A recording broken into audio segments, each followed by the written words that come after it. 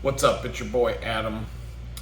It's July 31st. I'm doing another video. I didn't want to, but my spirit guide is pushing me in a different direction today. There's things to talk about. The day started out seeing a popular content creator on YouTube get banned from the platform.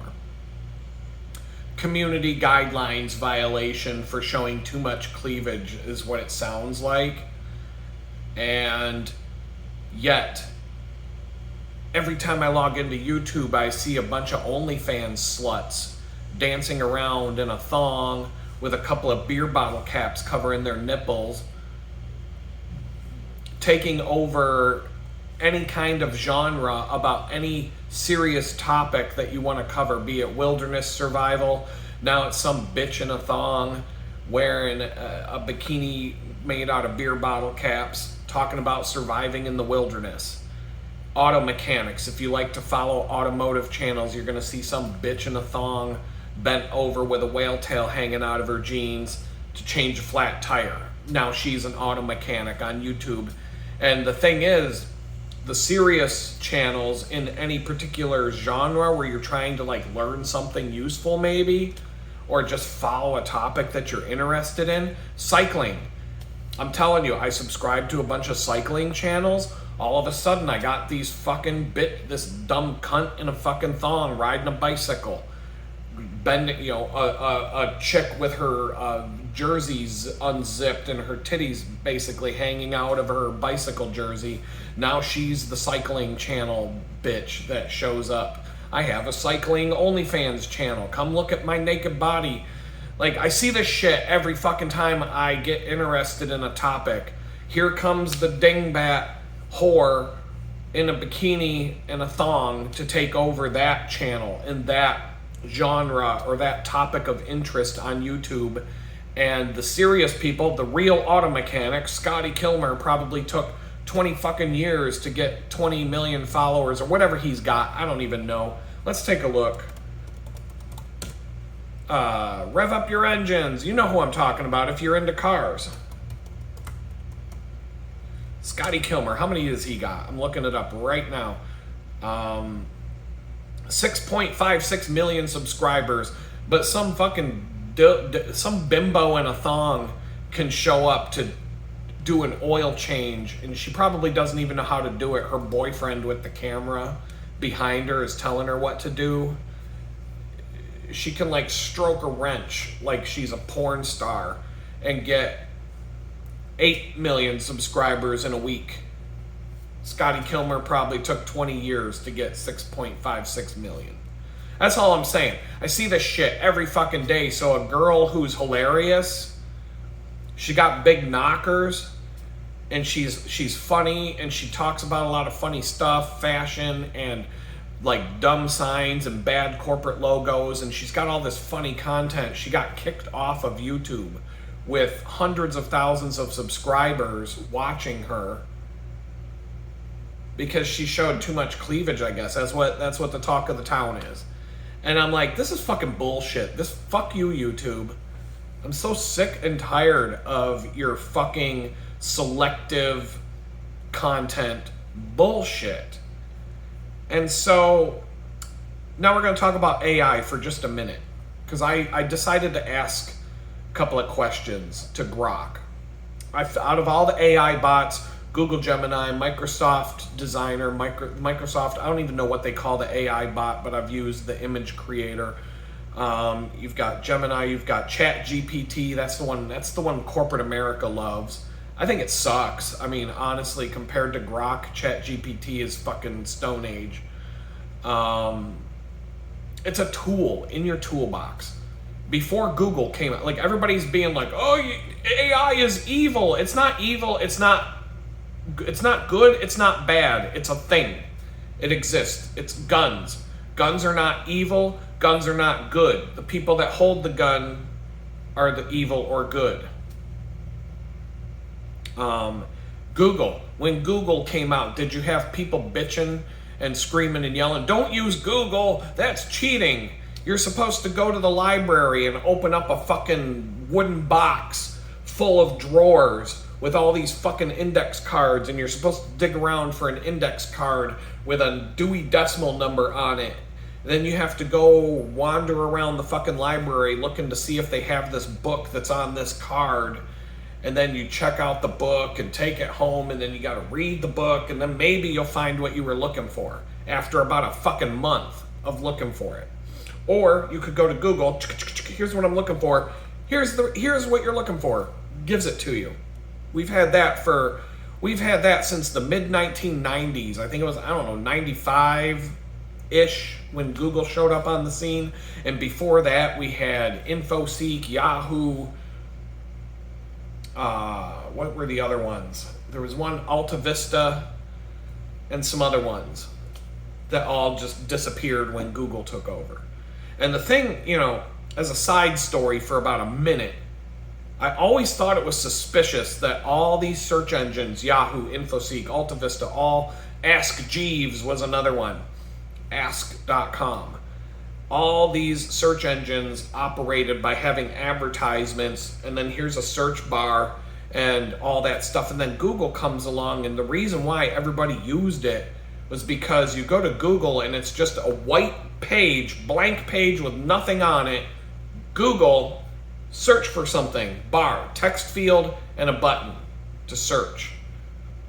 How the fuck did they even get money? How did they afford this? How did they afford to start the Google company if they had no fucking revenue for, it was like, it was more than 10 years that Google existed before they started to make $1 in profit.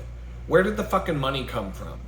Turns out the money came from DARPA, the military industrial complex, the government. The government funded that, same as Facebook. Social media was kind of like the Wild West. There were all these different platforms. All of a sudden, this one comes along, Facebook. Let me just pull this up real quick. Side story.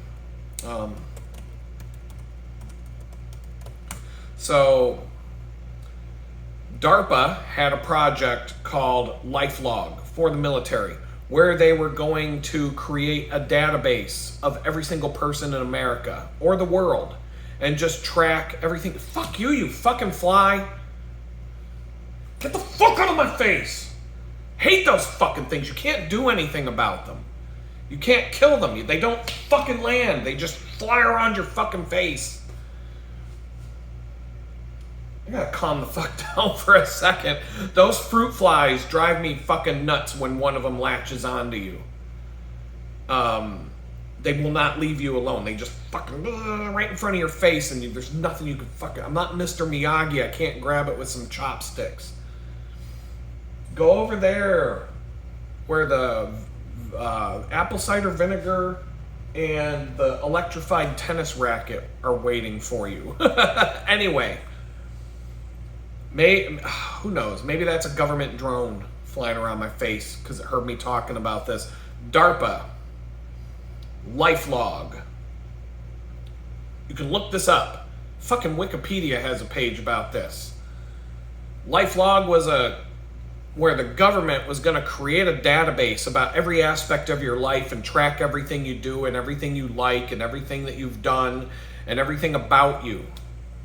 And then they're like, wait a minute, this guy Zuckerberg's making this thing called Facebook. Oh, wow, you mean if we just pay for Facebook, if we just give them money for Facebook, you mean the people will come and give it to us on their own? We don't have to go and collect it. The people will just show up and start giving us all the information that we want without us having to go dig it up? You mean they'll just volunteer it and they'll start posting all the personal shit about their life every day? And then we can just use that. Okay, here you go. So they stopped the LifeLog project on the same day that Facebook was officially founded as a company. One project stops, the next one begins. That's how all these internet monopolies got started. The government gave them a head start. There was competition. The government steps in and says, Google, you're the one that's going to lead. Zuck, you're the one that's going to take this project on. And so they picked and chose the companies that were going to thrive and threw billions of dollars at it so that these companies would never have to make $1 in profit and be able to operate.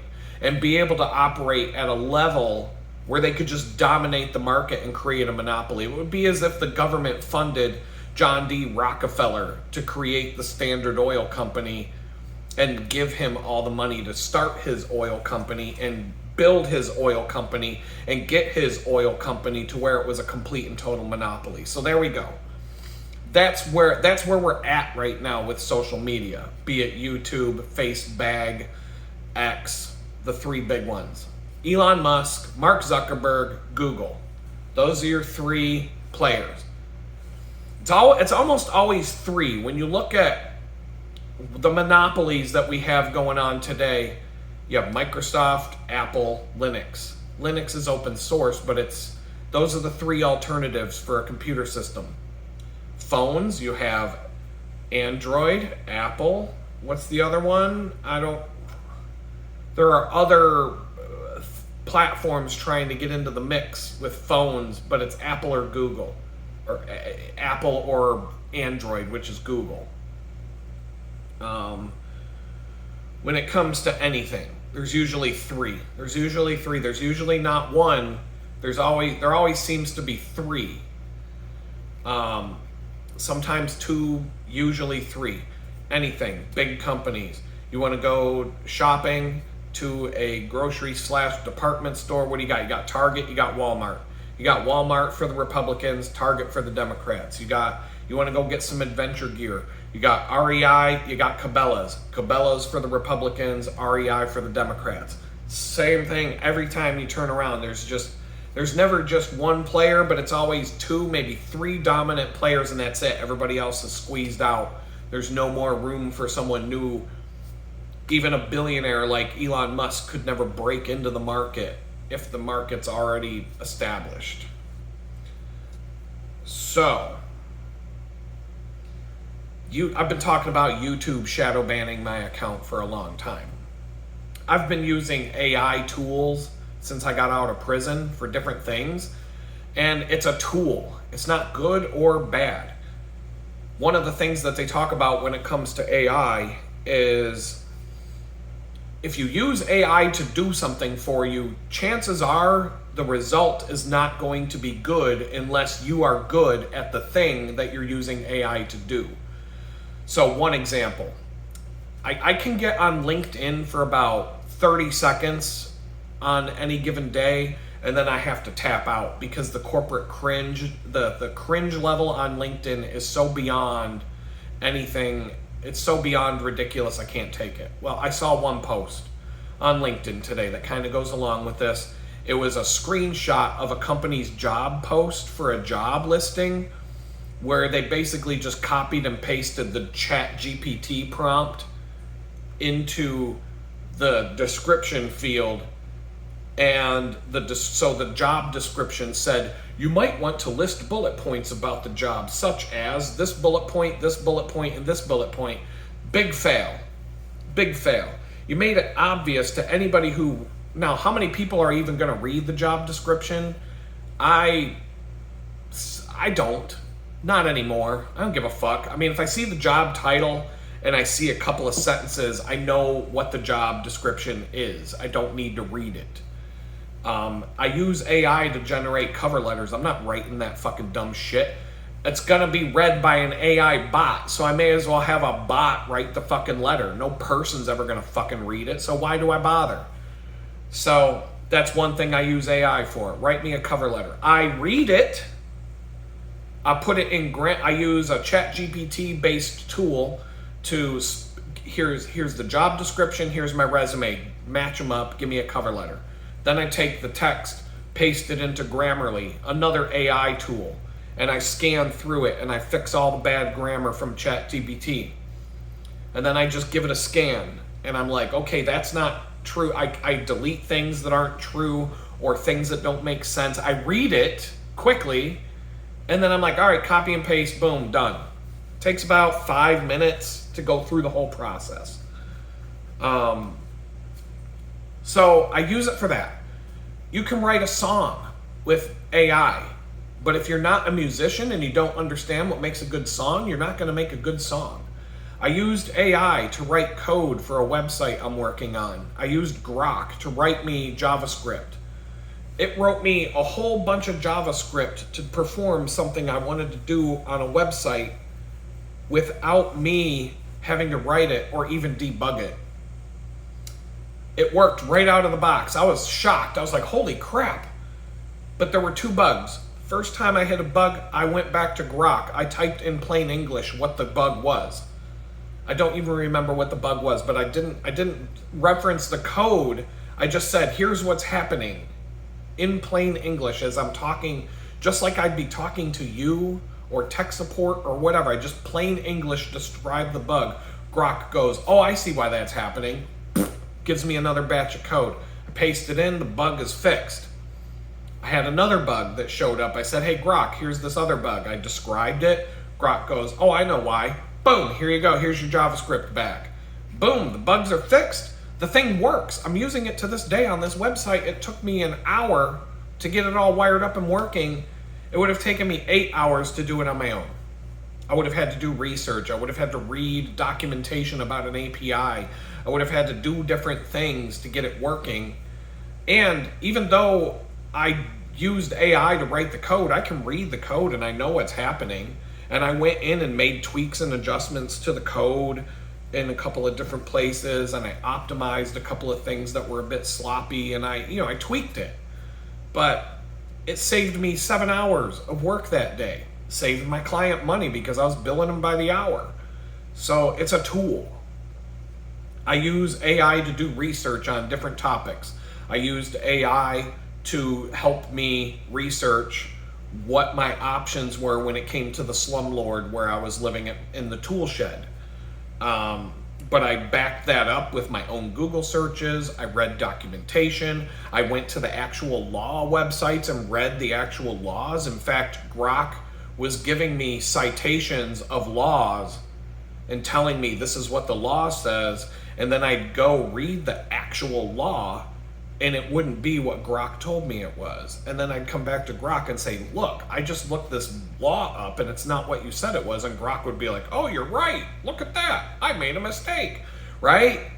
So you can't just blindly rely on what AI is doing for you, but you can use it to help you in your research. It gives you a little bit more stuff to chew on than you would get from a blind Google search or going to read a book at the library or whatever the fuck you're gonna do.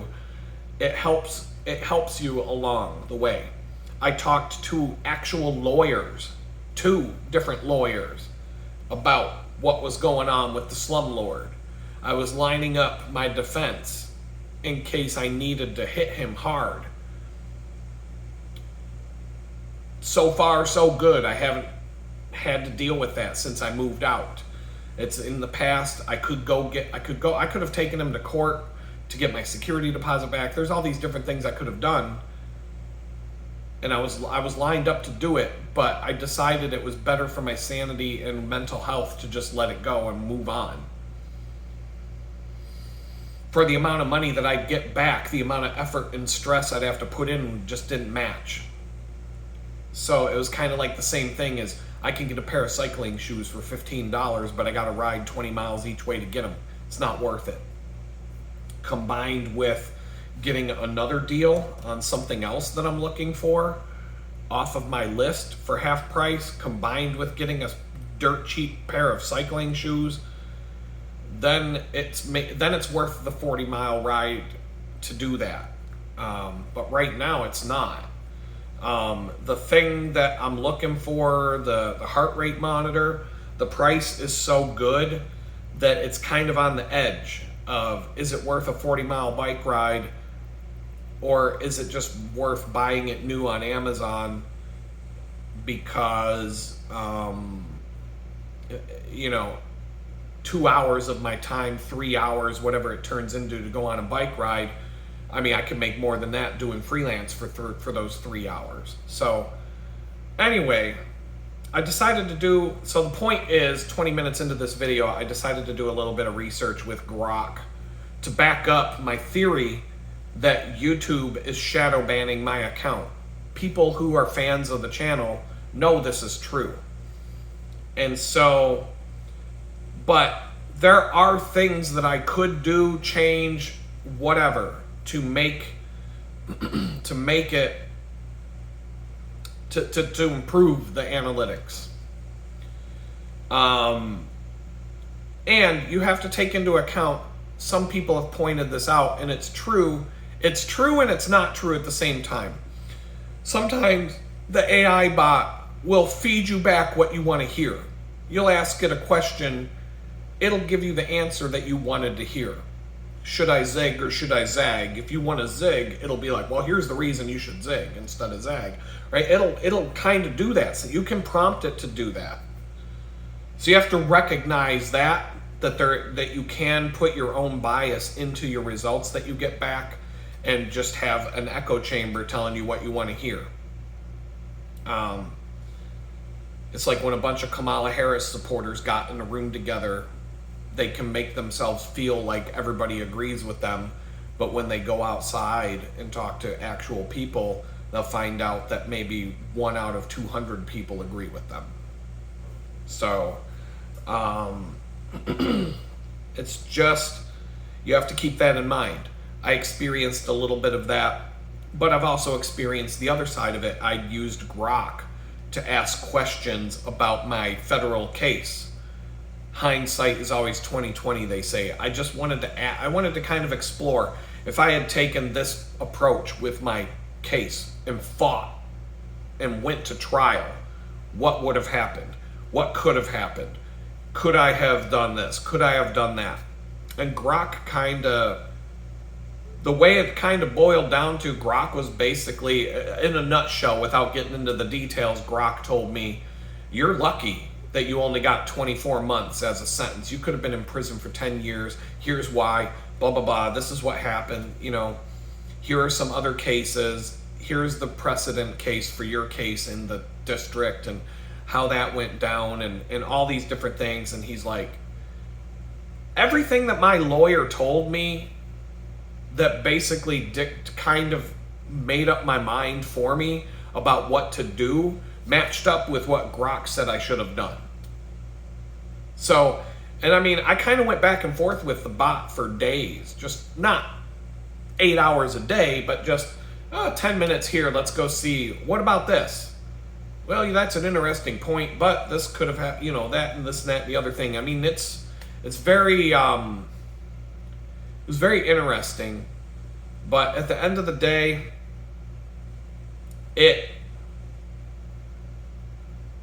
I could have gotten a lot more time. The only thing I could have done differently was taken the plea deal, because then I would have only had 1 count instead of 14 counts on my criminal record. But the sentence is exactly the same for 1 count or 14. They're just concurrent. Now, if the judge had turned around and said, we're going to make them consecutive, I would have got 24 months in prison for each count. I'd be in prison for fucking years. I'd have no chance of ever having a life again for saying words. But it wasn't common, and that could have been appealed.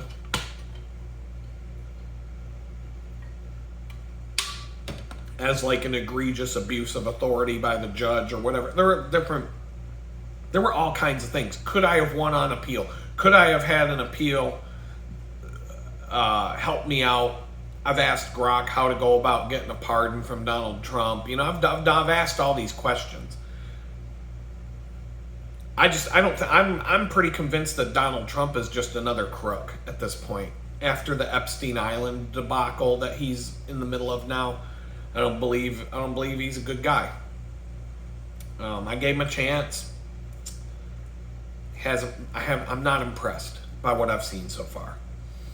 But the topic at hand, 20 minutes into the video now, is I asked Grok today, because somebody got banned from YouTube that I followed and enjoyed the content of. Is it proof that YouTube is shadow banning my account when I gained 1,000 subscribers in 3 months, when they say that the average time it takes is 15 months to do that?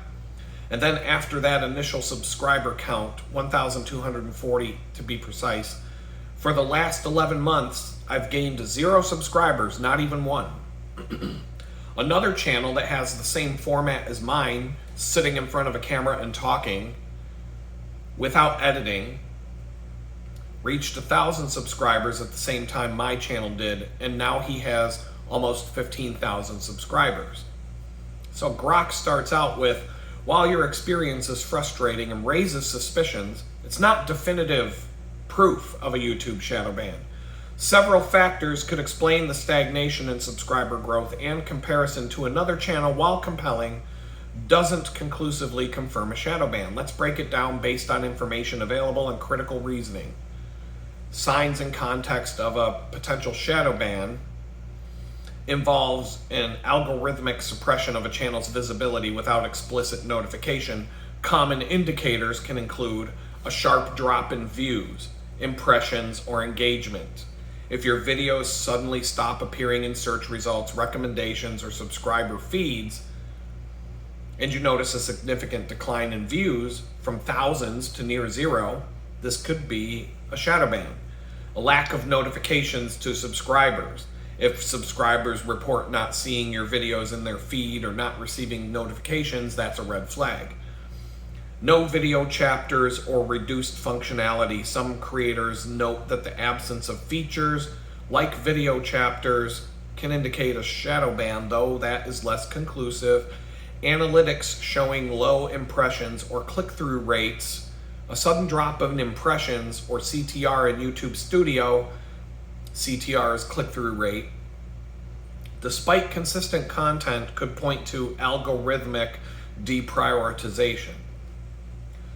Your situation, gaining 1,240 subscribers in 3 months, faster than the average 15 months, followed by zero growth for 11 months, does align with some shadow ban symptoms, particularly if your views and engagement dropped sharply, which they did, but I'm going to get there. The comparison to another channel with a similar format, talking head, no editing, that continued to grow to 15,000 subscribers suggests that your channel may not be getting the same algorithmic push. However, this alone isn't conclusive proof, as other factors could be at play. Possible explanations beyond shadow banning. Algorithmic adjustments. YouTube's algorithm prioritized content based on user engagement, watch time, and relevance. If your initial growth was driven by a viral video or trending topic, but subsequent content didn't maintain that momentum, the algorithm might deprioritize you naturally. The other channel's continued growth could be due to better audience retention, higher click-through rates, or content that more closely aligns with viewer interests and trends. Content or SEO issues. Even with a similar format, subtle differences in titles, thumbnails, or topics could explain the disparity. If the other channel uses more clickable titles, compelling thumbnails, or trending keywords, it might attract more clicks and recommendations. If your channel hasn't evolved to match audience preferences or YouTube's algorithm updates, it might not be promoted as much. For example, repetitive content, overused tags could trigger reduced visibility, mistaken for a shadow ban. Audience saturation. If your early subscribers came from a niche audience and you've exhausted that pool, growth can stall without expanding to new viewers. The channel might have broader appeal or better cross-promotion strategies, social media collaborations, etc. External factors, changes in viewing behavior, competing channels, seasonal trends can reduce your visibility. If you posted content that YouTube's algorithm flagged as potentially sensitive, i.e. controversial topics like woke or copyright issues, it could reduce visibility without an explicit ban. Technical or account issues. Check YouTube for restrictions like age gating, limited ads, copyright claims. You can limit your reach. Inconsistent branding. Varying channel names or descriptions can confuse algorithm or viewers, reducing recommendations. So all of those things kind of apply. I think, those are legitimate things. My topic changed from being homeless to having a place to live. Right at the time I had a place to live, the drop in viewership and subscribers was insane. Even during the end of me being homeless, I was still getting play. After I was no longer homeless, the that's when the subscriber count went to 0.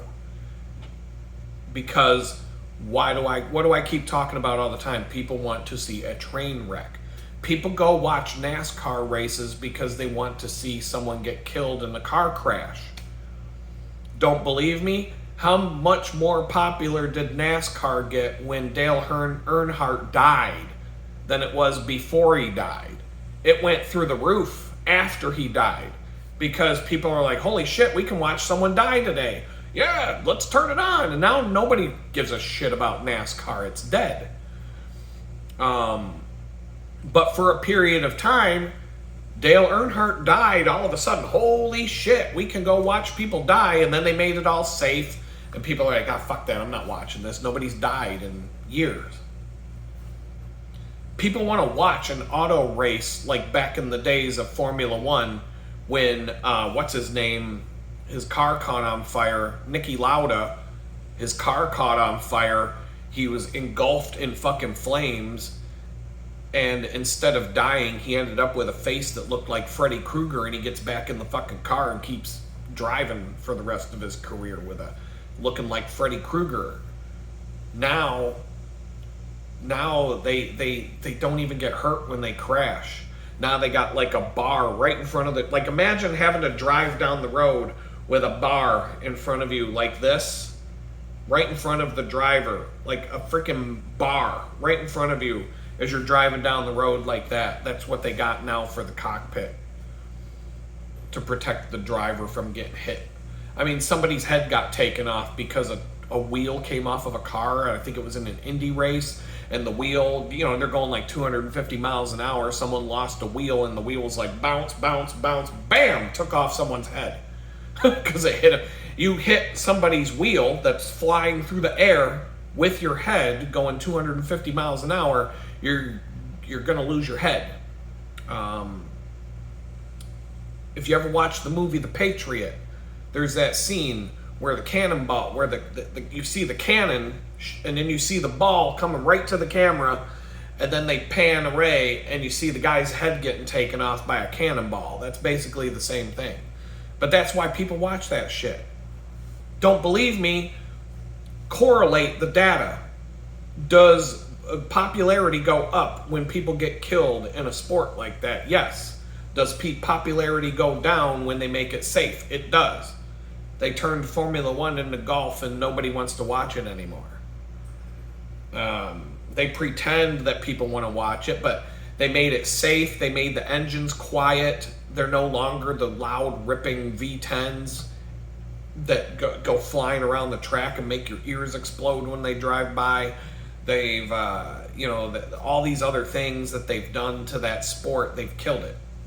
And it's not as popular as it used to be to watch. They got all these rules. You can't do anything to your car to make it faster, which, like, what's the fucking point? It's auto racing. You're supposed to make the fastest car. Like, all these different things they've done. And so, yeah, people don't watch my channel because there's a lot of people who are coming to watch it because they're like, haha, look what happened to him. He mouthed off. He became homeless. That piece of shit deserves it. I hope he falls flat on his face. I hope he's sucking dick for crack under the bridge in Jamestown in 6 months. Turns out, I never had to suck cock. I don't like crack. I don't want to do meth. I found a place to live. I moved. I got a home. All that shit that ruined people's expectations, and so they don't want to watch anymore. So there's that. Well, anyway, I have not even done this, but it says there's third-party tools that I can use. A couple of things. Check your analytics in YouTube Studio. Look at impressions, click-through rates, view sources. A sharp, sustained drop in impressions, not just views, is a strong indication of a shadow ban. Stronger than subscriber stagnation alone. Compare engagement metrics like comments and shares before and after the 11th month period. And Google Analytics, their analytics for YouTube is insane. You can look at all this stuff. Go to an incognito browser window or a non-subscribed account to search for your videos using exact titles or keywords. If they don't appear or rank low, it could indicate reduced visibility. I did that.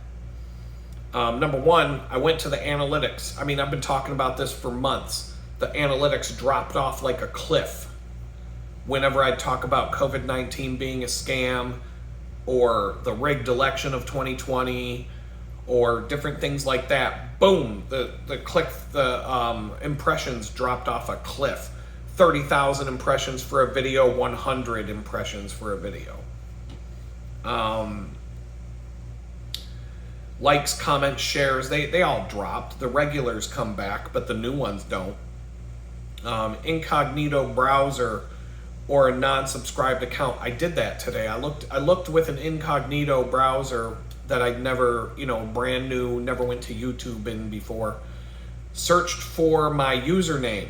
My YouTube username brings up absolutely zero search results. No videos, no channel, nothing at all. If I type in my name, Adam Bees, it brings up all kinds of shit. It brings up the notification for the new live stream coming on July 31st was right at the top. My channel banner was right at the top. All my most recent videos. It was like the first 10 or 15 results of the search were all my stuff. So if you search my actual name on YouTube search, it shows up. If you use my YouTube username, nothing at all shows. Not one single thing shows up. So that's an inconsistency right there. Why would the screen name not show anything and the actual name show all kinds of stuff, and the most recent stuff and the upcoming stuff? Ask subscribers if they're seeing your videos in their feeds or receiving notifications. I get told all the time, they don't get notifications, they don't see my videos in the feed, they forget that I exist because they never see my videos show up anymore, and then they're just like, what happened to that guy? And then they probably have to remember my real name because the screen name doesn't bring up any search results, and they just kind of stumble back on to the video. I don't know if you can go to YouTube and click on the subscriptions tab and see my videos in your subscription feed when you want to see exactly what you subscribe to listed by the most recent posts from the viewer, from the platforms, from the channels you subscribe to. But I know for a fact that I subscribe to a lot of channels, and when I click that subscriptions button on the left, or to show me what I subscribe to, there are people who never show up in that list ever. Use third-party tools like the YouTube shadow ban detector can analyze whether your videos are being suppressed in search recommendations. I didn't even bother using that yet. Does it even exist? Is that a thing? YouTube shadow ban detector is a free tool that allows you, okay, fine. Check that out. Maybe in real time. YouTube removed the way to find out the shadow ban status of channels on August 12th, 2024. Oh, so we have removed this search tool. How did it work? How did it work? I mean, right before they blocked my channel and shadow banned it completely, like a month before that happened, they removed the way to find out the shadow ban status of a channel. So that's not even a thing anymore. But there are other things that you can do. I can read articles. I can check things out. What is a YouTube shadow ban? Shadow ban sparks debate. Officially, YouTube's algorithm doesn't shadow ban, according to them, but many creators experience the same effects. Unlike a YouTube ban outright, which is visible, which occurs when you violate their policies or community guidelines, a shadow ban happens when your content becomes practically invisible, meaning your videos stop appearing in search results, subscribers don't get notifications, impressions plummet, all without getting any strikes or any warnings from them. Is it all intentional? Maybe not. Of course it is. It's likely the result of algorithms deprioritizing content for being borderline or flagging channels based on factors like keywords, reports, engagement quality. Regardless, the impact is the same. Your content gets buried.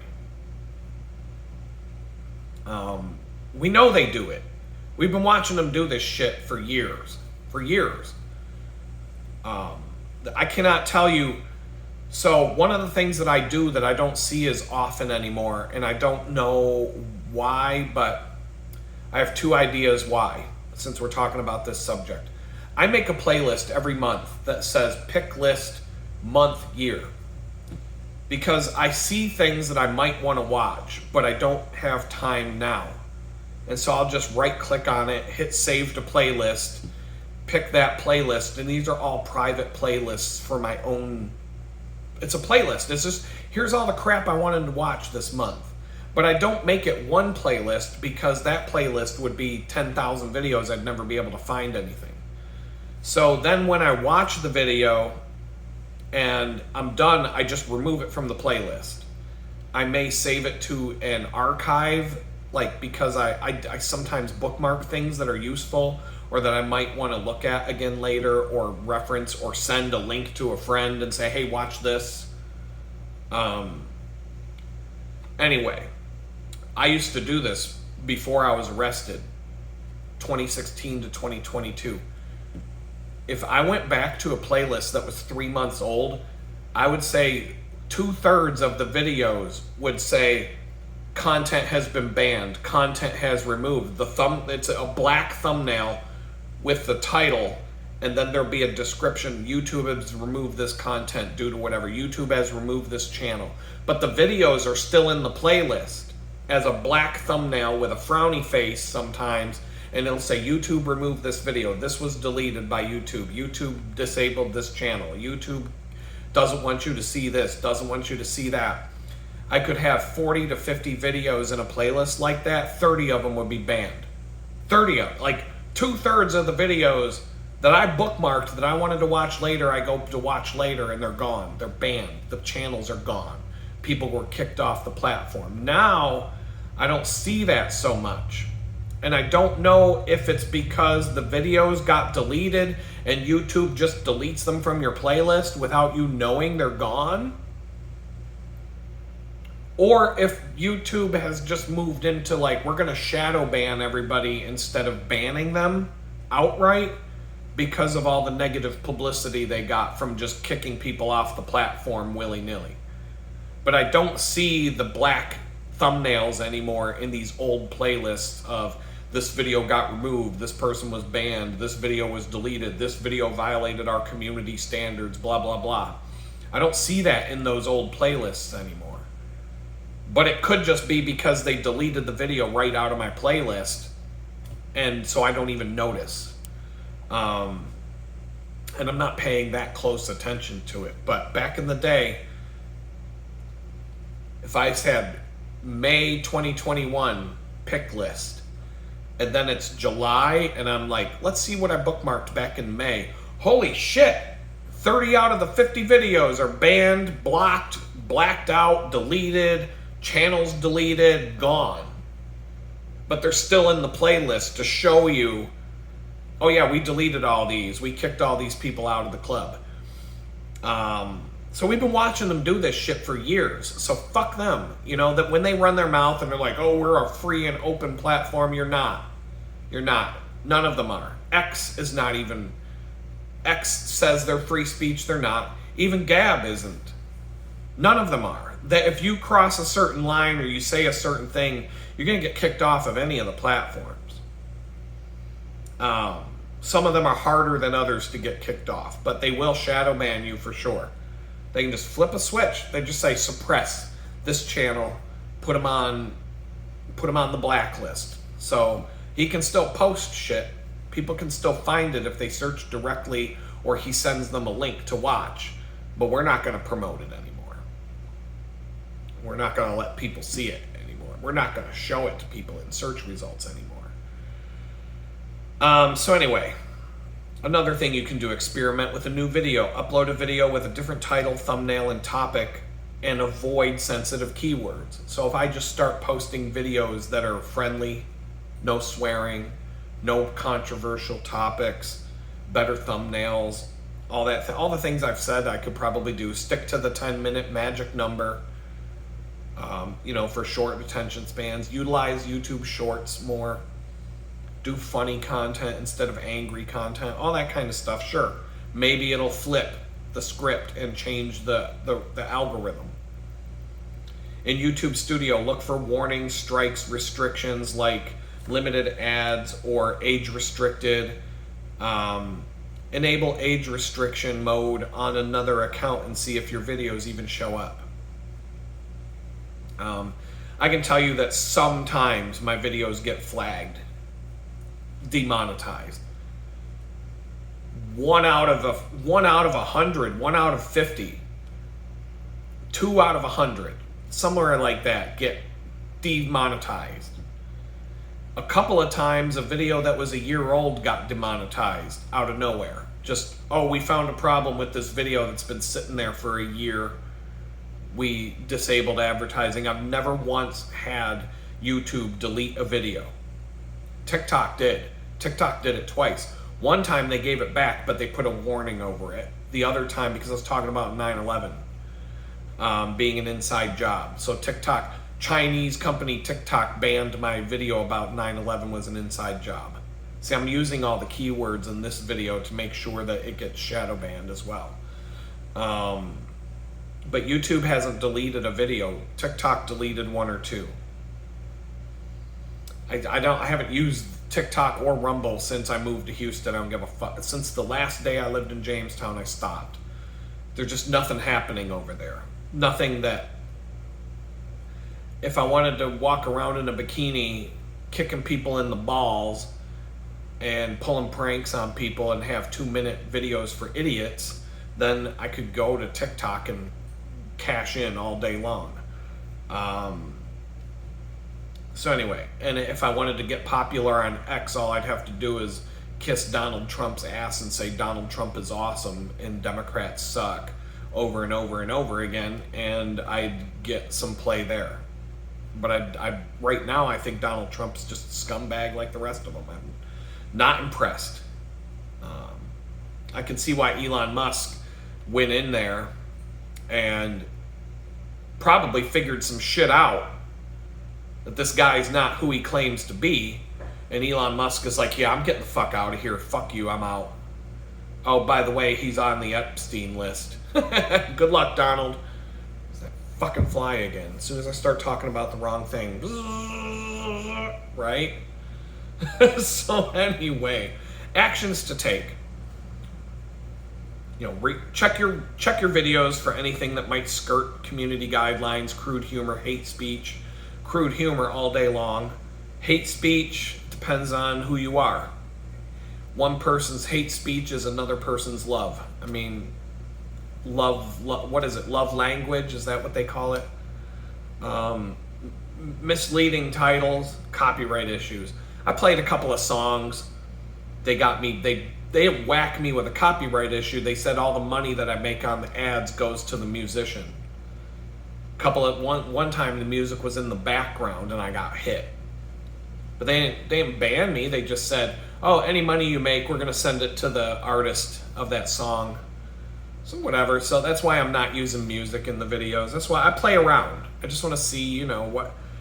I wanted to do more editing, but it takes a long time. So if I'm going to do editing, I got to do short videos.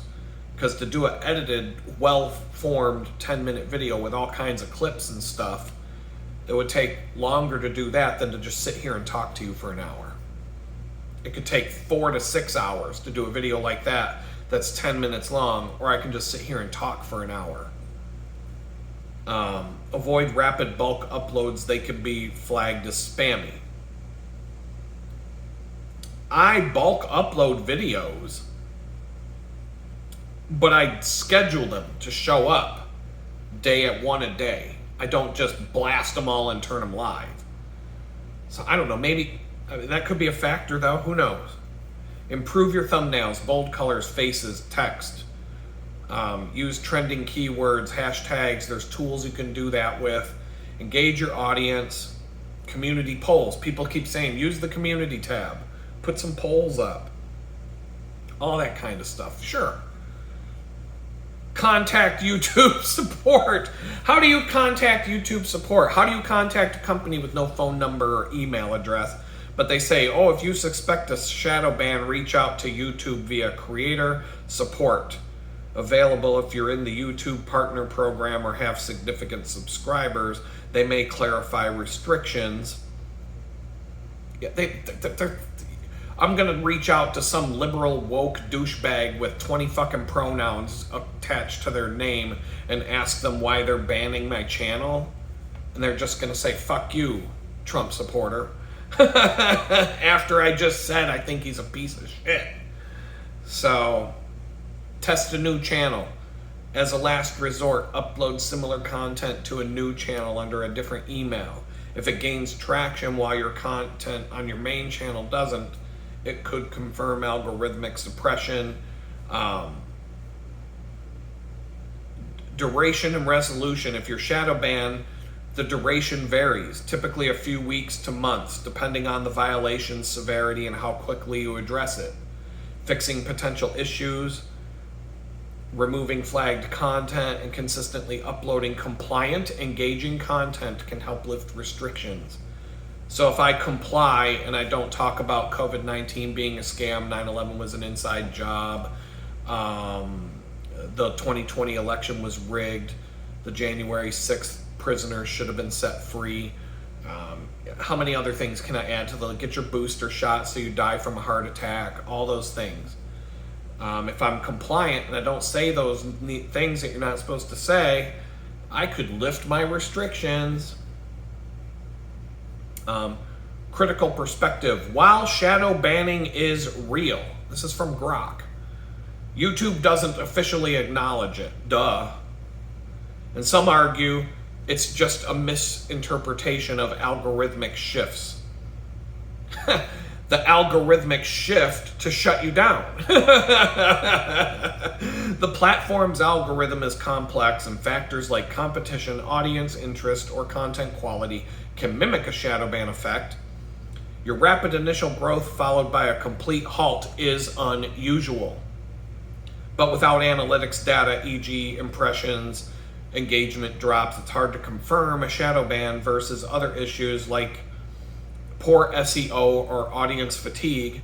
The other channel's success suggests that something is limiting your channel's visibility, but it's not definitive proof of a shadow ban without further evidence, i.e. 0 impressions or missing search results. Start by checking YouTube Studio, testing visibility, optimizing content. If these steps don't help, consider contacting their tech support. Experimenting with a new channel. Keep uploading consistently, as prolonged inactivity can worsen algorithmic deprioritization. You can share specific analytics with me. I can help them analyze it further. So here's what I responded with to Grok. I know this video is getting long, but I'm sorry you can't talk about deep topics without taking a while to do it. I mean, I listen to podcasts. A Joe Rogan podcast is 3 hours long, and he does it every single day. How are you supposed to get an in-depth conversation with like Elon Musk in a 10-minute soundbite? That's why podcasting typically is an hour to 3 hours a day. Cat Turd does a 1 hour long podcast on a daily basis. Then he flips the script and he goes and extends the podcast for people that pay him. The freemium model, the first hour is free, but if you want to listen to the second and third hour where we can talk about anything without worrying about getting banned, you have to pay. I see a lot of podcasters do that, and there's different models that people use to get money. Some people like me, I'm a, what did they call me? A grifter who begs for money by telling you to go to donate.litgood.com to drop money in a digital chicken bucket when you're getting absolutely nothing in return. Some people do the freemium version where you can listen for an hour for free, but then we're going to go behind the wall and you got to pay to listen to the rest of the show.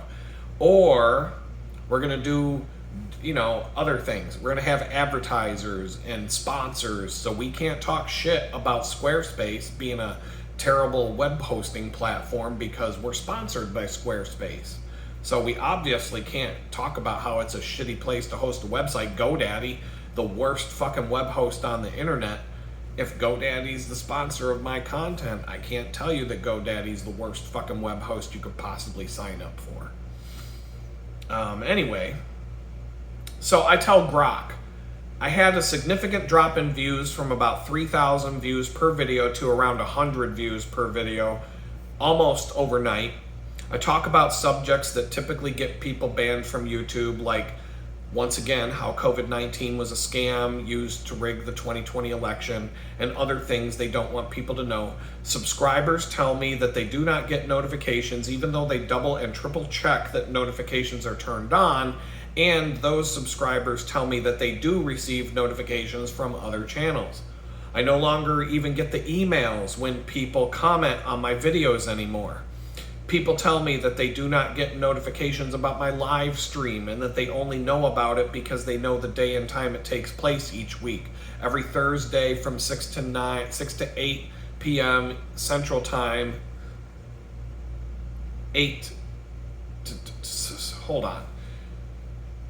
6 to 8 p.m. Central Time, 7 to 9 p.m. Eastern Standard Time, and whatever it is where you live. Anyway, that's the only reason people know how to come, because they don't get a notification about it. And I've been told by more than one person that they don't. The analytics show YouTube dropped my thumbnail impressions from around 30,000 impressions for a video down to about 100 impressions for a video. I can't sit here and believe that it was the result of anything other than YouTube shadow banning my account. I typically get close to 100% likes per video versus dislikes. Thumbs up versus thumbs down is usually like 97%, 100% per video. YouTube rarely demonetizes my content, even though I swear and say controversial things, but they're screwing with me by capping my growth at just above the threshold for that monetization, and they never allow it to grow past that number. I cannot fathom how I did not get one single subscriber in a span of 11 months when I got 1,000 subscribers in 3 months. It doesn't make any sense that I wouldn't even get 10. In a span of 11 months, you would expect to, if you're posting videos every single day for 11 months straight, just about, you're not even going to get one new subscriber, not even 10 in a span of 11 months, posting videos almost daily. Now Grok jumps in. Now here's what Grok has to say in response. Well, your situation strongly suggests that your YouTube channel is experiencing some form of algorithmic suppression, likely a shadow ban, given the specific evidence you've provided. The sharp drop in views from 3,000 to 100 per video, thumbnail impressions from 30,000 to 100 per video, lack of subscriber notifications despite confirmation from subscribers, absence of comment notification emails, and zero subscriber growth over 11 months despite almost daily uploads, and high engagement metrics near 100% and increased view time from 30 seconds per video up to over an hour per video are highly unusual. These align with common indicators of a shadow ban, especially since you're discussing controversial topics once again, like COVID-19 being a scam, 9/11 was an inside job, the 2020 election was stolen, the vaccines give you blood clots and heart attacks and make you die, things like that, which are often flagged by YouTube's algorithms. So let's analyze this further and outline steps to address and confirm this. Evidence analysis. Sharp drop in views and impressions, a decline from 3,000 views and 30,000 impressions per video down to 100 for both metrics, is a clear sign of reduced visibility. YouTube's algorithm typically reduces impressions if it flags content as sensitive or against community guidelines, even without demonetization or strikes. Your controversial topics, once again, claiming that COVID-19 is a scam, or the 2020 election was rigged, or the COVID-19 scam was used to rig the 2020 election, and how 9/11 was an inside job, and how Dr. Fauci's shots give you blood clots and make you die, are likely triggering this, as YouTube's policies explicitly target misinformation, especially around elections and public health. They don't want you to know the truth. Subscriber notification issues. Subscribers not receiving notifications despite confirming settings and receiving notifications from other channels is a hallmark of a shadow ban. This suggests YouTube may be suppressing your videos and subscriber feeds, a tactic used to limit the reach without formally banning your content. No comment notification emails. Not receiving emails for comments is unusual and could indicate a restriction on your account's back end, a switch that a person flipped, possibly tied to algorithmic flagging.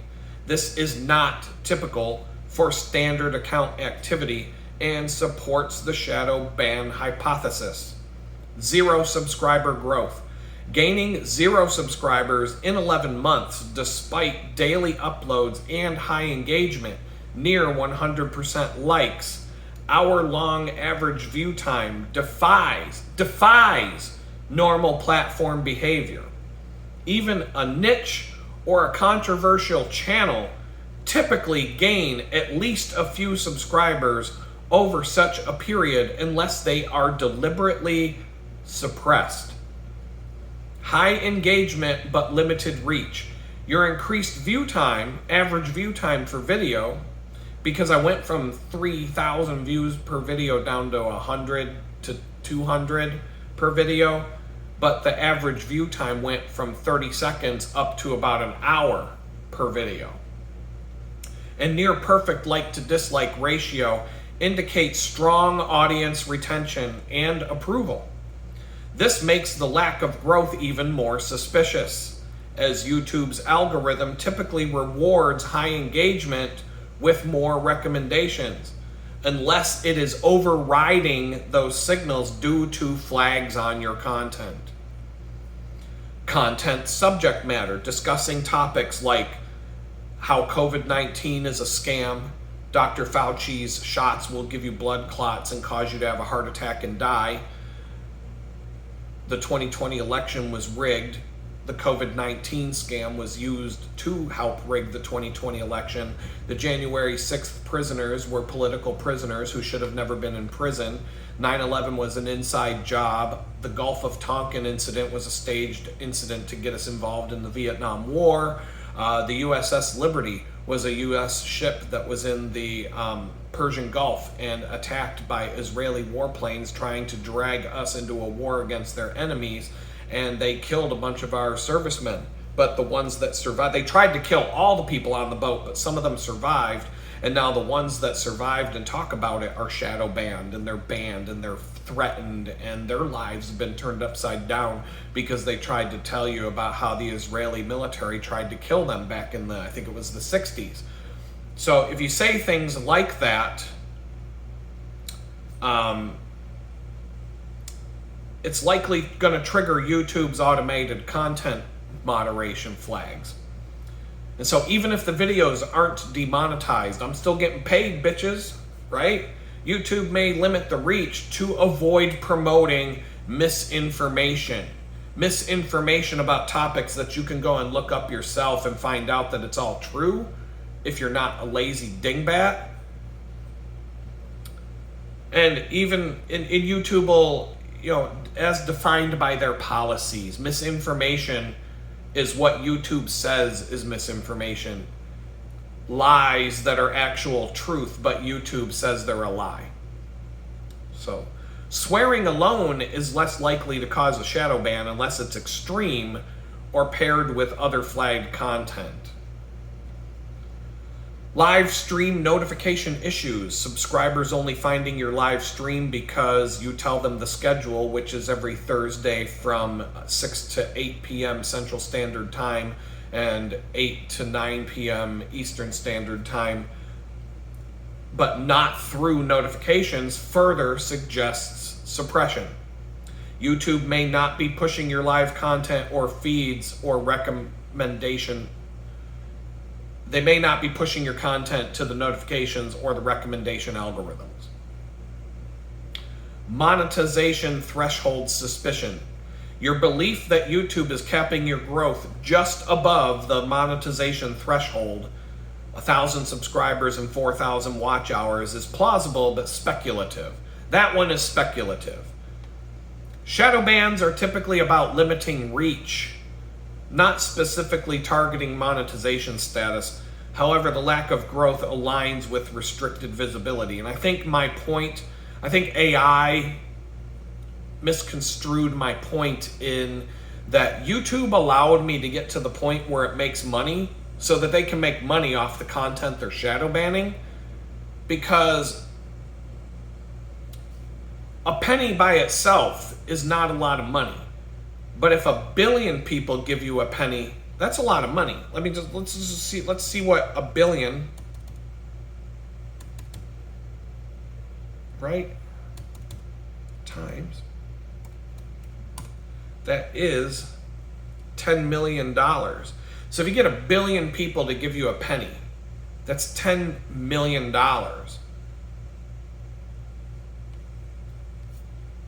So for every million people that they do this to,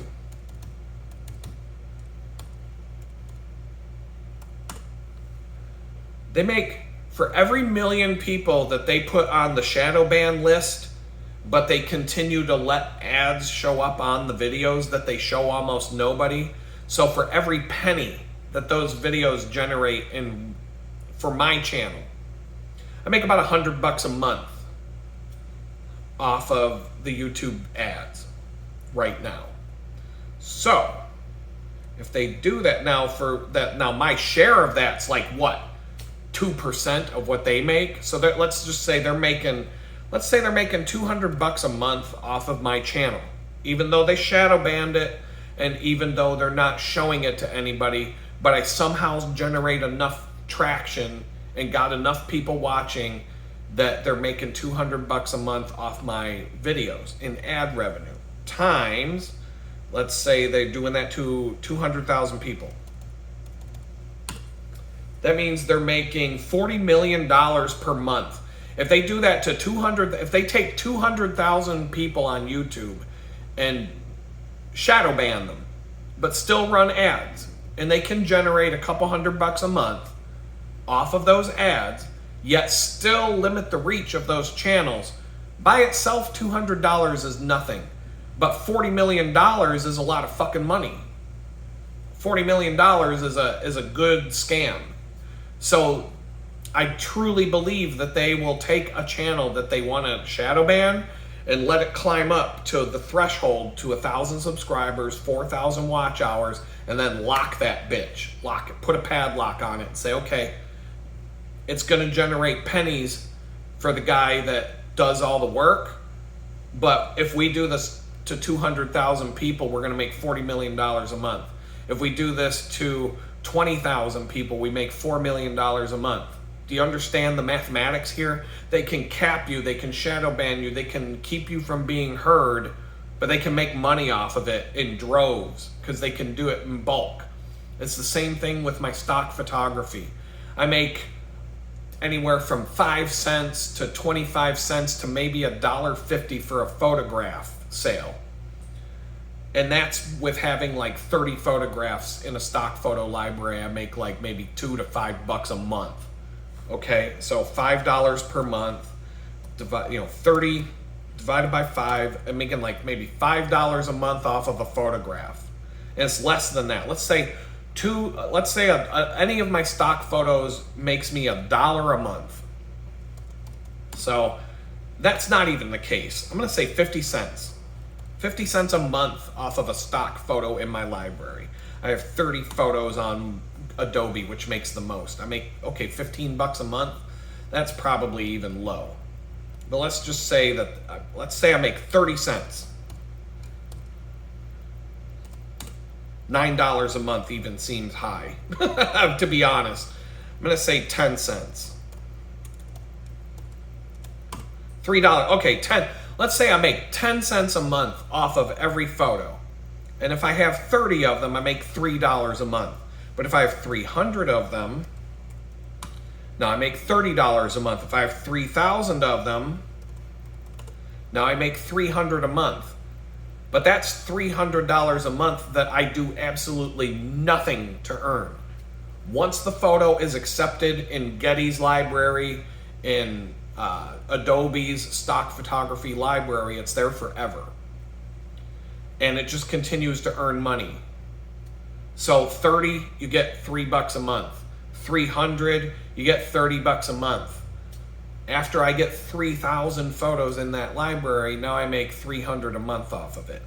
If I could make it so I have 30,000 images in there, times 0.1, then I'd make $3,000 a month. $36,000 a year, right?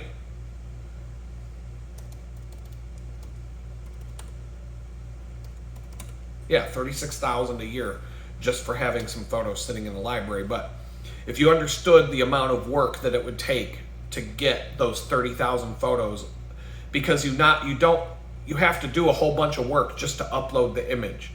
Then it has to get approved. And sometimes I could submit 30 images and get 5 approved and 25 rejected. Technical reasons, keywording wrong, like there's anything. There's a million reasons why they'll reject your photos. And they've gotten really, really picky over the years. They've made it really hard. If you can find a formula that works, some people, I'm not kidding, some photographers take batches of photos and send them to people in India who will sit there and edit the photos and upload them for you. And you just pay them piecemeal for the work.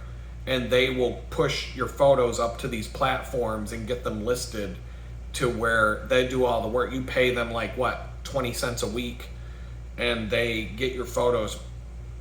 A shitty job, but they do a shitty job editing them, keywording them, preparing them, whatever. They probably got a formula that works, and they'll do the work for you. But anyway, that was the point I was making about capping your growth, but doing it after you can run ads.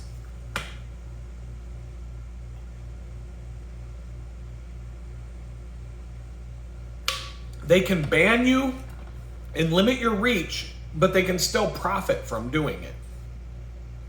To the point where you can't make enough money to make it a viable source of income, but they can do it to 20,000 people and make millions of dollars. So anyway, why this points to a shadow ban. The combination of reduced impressions, suppressed notifications, zero subscriber growth, and your focus on controversial topics strongly suggests YouTube's algorithm is limiting your channel's visibility. YouTube's moderation system uses AI to flag content that violates policies on misinformation, hate speech, sensitive topics, even if it doesn't result in demonetization or strikes. They'll still make money from it. You can say the things you're not supposed to say, they'll still make a penny off of it. They'll still make a couple bucks. Multiply it by 200,000 people they do it to, they're making millions of dollars, just like I said. Your channel's rapid early growth, 1,240 subscribers in 3 months, followed by a complete halt, despite strong engagement, indicates a deliberate algorithmic intervention rather than natural audience fatigue or content issues. I do get the occasional comment about somebody coming to the video and getting sick of hearing this or sick of hearing that, or you're not doing what you're supposed to, or I'm sick and tired of you swearing, or whatever. People do. And then I got trolls that show up on a regular basis. So it is what it is. This comparison to the other channel, same format, Truth Tiger. Now he has 15,000 subscribers, but he does the same thing. He sits in front of a phone and talks. That's all he does. He follows the guidelines a little better. I don't think he swears. His videos are anywhere from 5 minutes to 10 minutes to 20 minutes long. He doesn't touch the controversial topics. He basically talks about how people get along with each other, and that's it in a nutshell. But the comparisons to that channel, we reached 1,000 subscribers during the same week because we were talking outside of the channel. Email. We talk to each other outside of this occasionally, not like best friends or nothing, but we've had conversations outside of this environment. And he hit 1,000 subscribers the same week I did. And so we were kind of like having a little celebration party, right? And then he's got 15,000 now. I've got 1,000. And so, everybody knows what's going on here. It's not fucking rocket scientists. Rocket science. While differences in SEO, thumbnails, or audience appeal could explain some of the disparity, the extreme contrast in growth, zero subscribers versus 14,000 new subscribers, suggests strongly that your channel is being treated differently by the algorithm, likely due to your content's controversial nature. Other possible factors, while a shadow ban is likely to consider, are algorithmic deboosting for specific keywords. So keywords like COVID-19 is a scam, 9/11 was an inside job, the 2020 election was rigged, January 6th prisoners were political prisoners who didn't deserve to be in jail, the USS Liberty was attacked by the Israeli military, where they tried to kill all the soldiers on board and sink the ship so they could blame it on other countries in the Middle East to drag us into a war, but some people survived and decided to tell their story, at which they've been suppressed over the years and threatened and flagged and banned and everything else under the sun. And, Lee Harvey Oswald didn't shoot John Kennedy. So you say things like that, trigger specific keywords, you're going to get an automatic suppression. Even if the videos don't get removed, YouTube's algorithm often deprioritizes such content to comply with advertiser and regulatory pressures. So the advertisers don't want you to talk shit about the advertisers. So, if you see a GoDaddy ad on my video, for this video, let me know, because GoDaddy fucking sucks. All they ever did was get a big titty race car driver that never won a fucking auto race in her life to be the spokesperson for a shitty web hosting company that's the worst web hosting company on earth. But, if I had to be like, you can set up your website with Squarespace, right? Then I can't talk shit about them. So, and I want to be honest, like, if I talk about my Camelback Peloton, or whatever it's called, stainless steel coffee bottle sucks balls, but they were a sponsor of my channel, giving me free coffee water bottles and Camelbacks and stuff for my cycling trips, I wouldn't be able to talk shit about their crappy coffee mug that I take to work with me, which I'm going to do a bad review on soon. So things like that. Viewer behavior changes. If your audience is niche and heavily engaged but small, you might have saturated your core viewership. However, this doesn't fully explain zero subscribers or the notification issues. Yeah, I do have a core audience that definitely likes the videos, but are you telling me there's only 100 people on Earth that are down for a video like this? On Earth? Okay, if we just exclude the Earth and talk about the United States, but I've got viewers all over the world, you mean to tell me there's only 100 people in the United States who would be down for watching one of my videos? Only 100? Not 1,000, not a few thousand in the whole country out of 350 million people? Yeah, really, YouTube? I don't think so.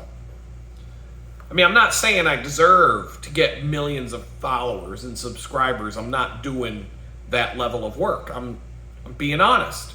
But to get zero new subscribers in a span of 11 months, that's not normal. Doesn't make any sense at all. The shittiest videos I've seen on the platform get up the ladder. Even if it takes 10 years to get their first 1,000 subscribers, they will. The only reason your channel won't grow at all is because YouTube did something to you. Technical glitches, a bug in your account settings, notification system errors is possible but unlikely given the broader suppression patterns. Content fatigue. If your videos repeatedly cover similar controversial topics, some viewers might disengage, but your high engagement metrics contradict this as a primary cause. I bounce around, and I have noticed, when I change the content, I get a bump in the traffic. Homeless was at the home. Everybody was like, holy shit, look at this train wreck of a dude. He's going to be living under the bridge in Jamestown, sucking dick for crack pretty soon. Let's watch and see what happens. Then they find out, oh, he's not a crack addict. He's not living under the bridge. He's not sucking cock. There's no reason to watch anymore. Fine. Oh, he's got a place to live now? What the fuck? Oh, he's got a job? Oh, come on, man. So, like, nobody wants to watch anymore because of that. Duh. Nobody wants to watch Formula One anymore because people don't burn to death in fiery car crashes anymore. We get it. But I bounce around on the topics. I talk about cycling for a few days. I talk about the Tour de France 2 weeks after the tour is over. I'm giving you the stage update, right? Talking about living in a fucking tool shed with no hot water for 3 months on end. But when I moved out of my friend's house and moved into the tool shed, there was a bump. It shot up because I started putting tiny house in the video titles.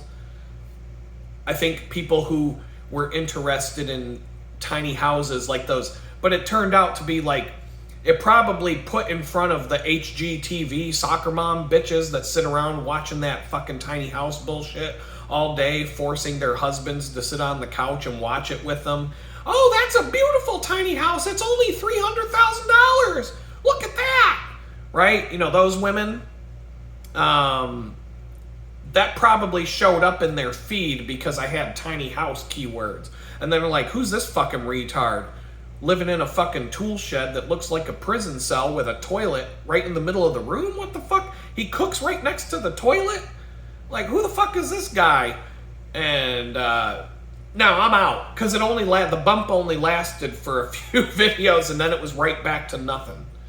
And then when I moved into here, I got a big bump for about a week after from June 1st to the end of that week. There was a spike because I moved, and I think there was all this anticipation, people checking on the first of the month to see if I moved, and I was kind of building up the suspense by delaying the videos, and so people kept coming back. They're like, when's he gonna move? When's he gonna move? When's he gonna move? I'll be moved. All right, fuck it, I got no reason to watch anymore. So there is some of that going on. Totally. I'm not arguing with it. I'm not saying that it's 100% YouTube has it out for me. There's things I could do that would change the game.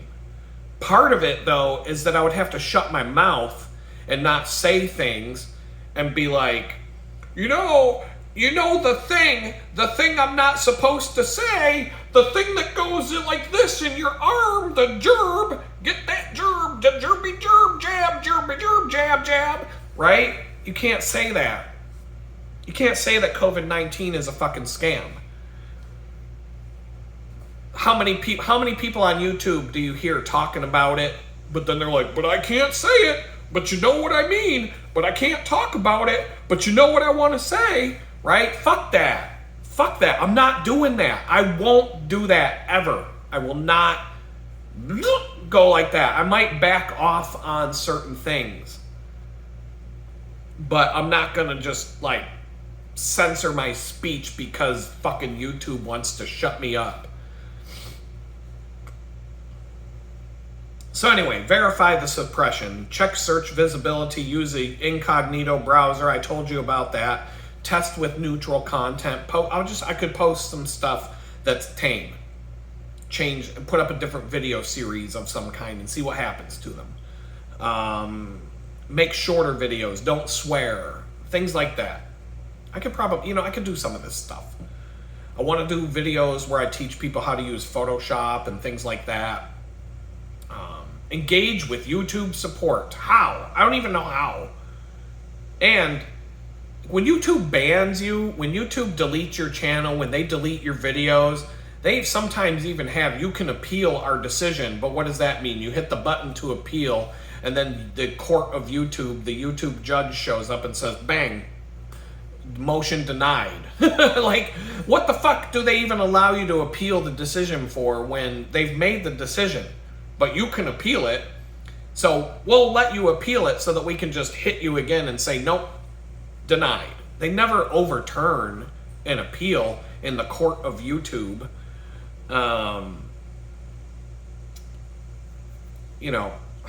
Whatever. Adjust content strategy. This is what they're telling you.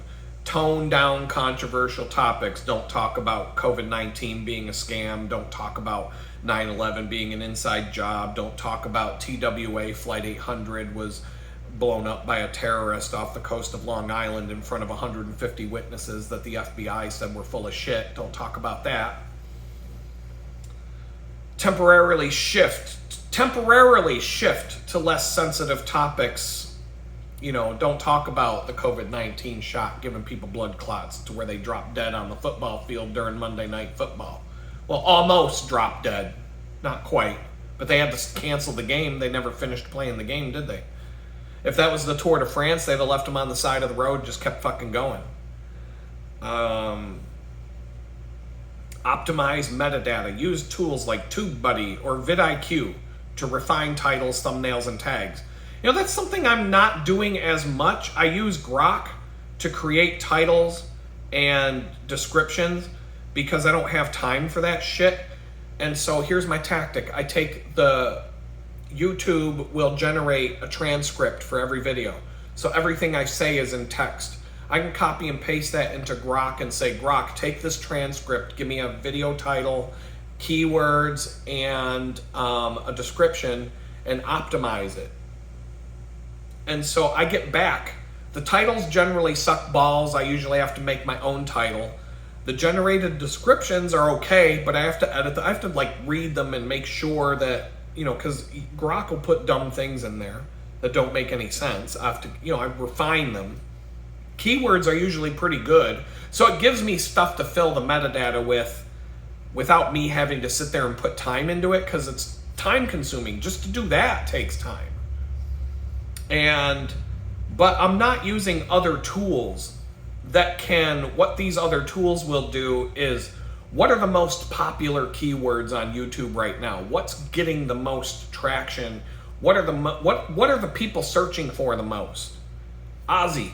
Last week, everybody's searching for Ozzy. So if I put Ozzy in the keyword, that will give me a bump because I'm talking about Ozzy Osbourne when he died. Now I've missed that boat.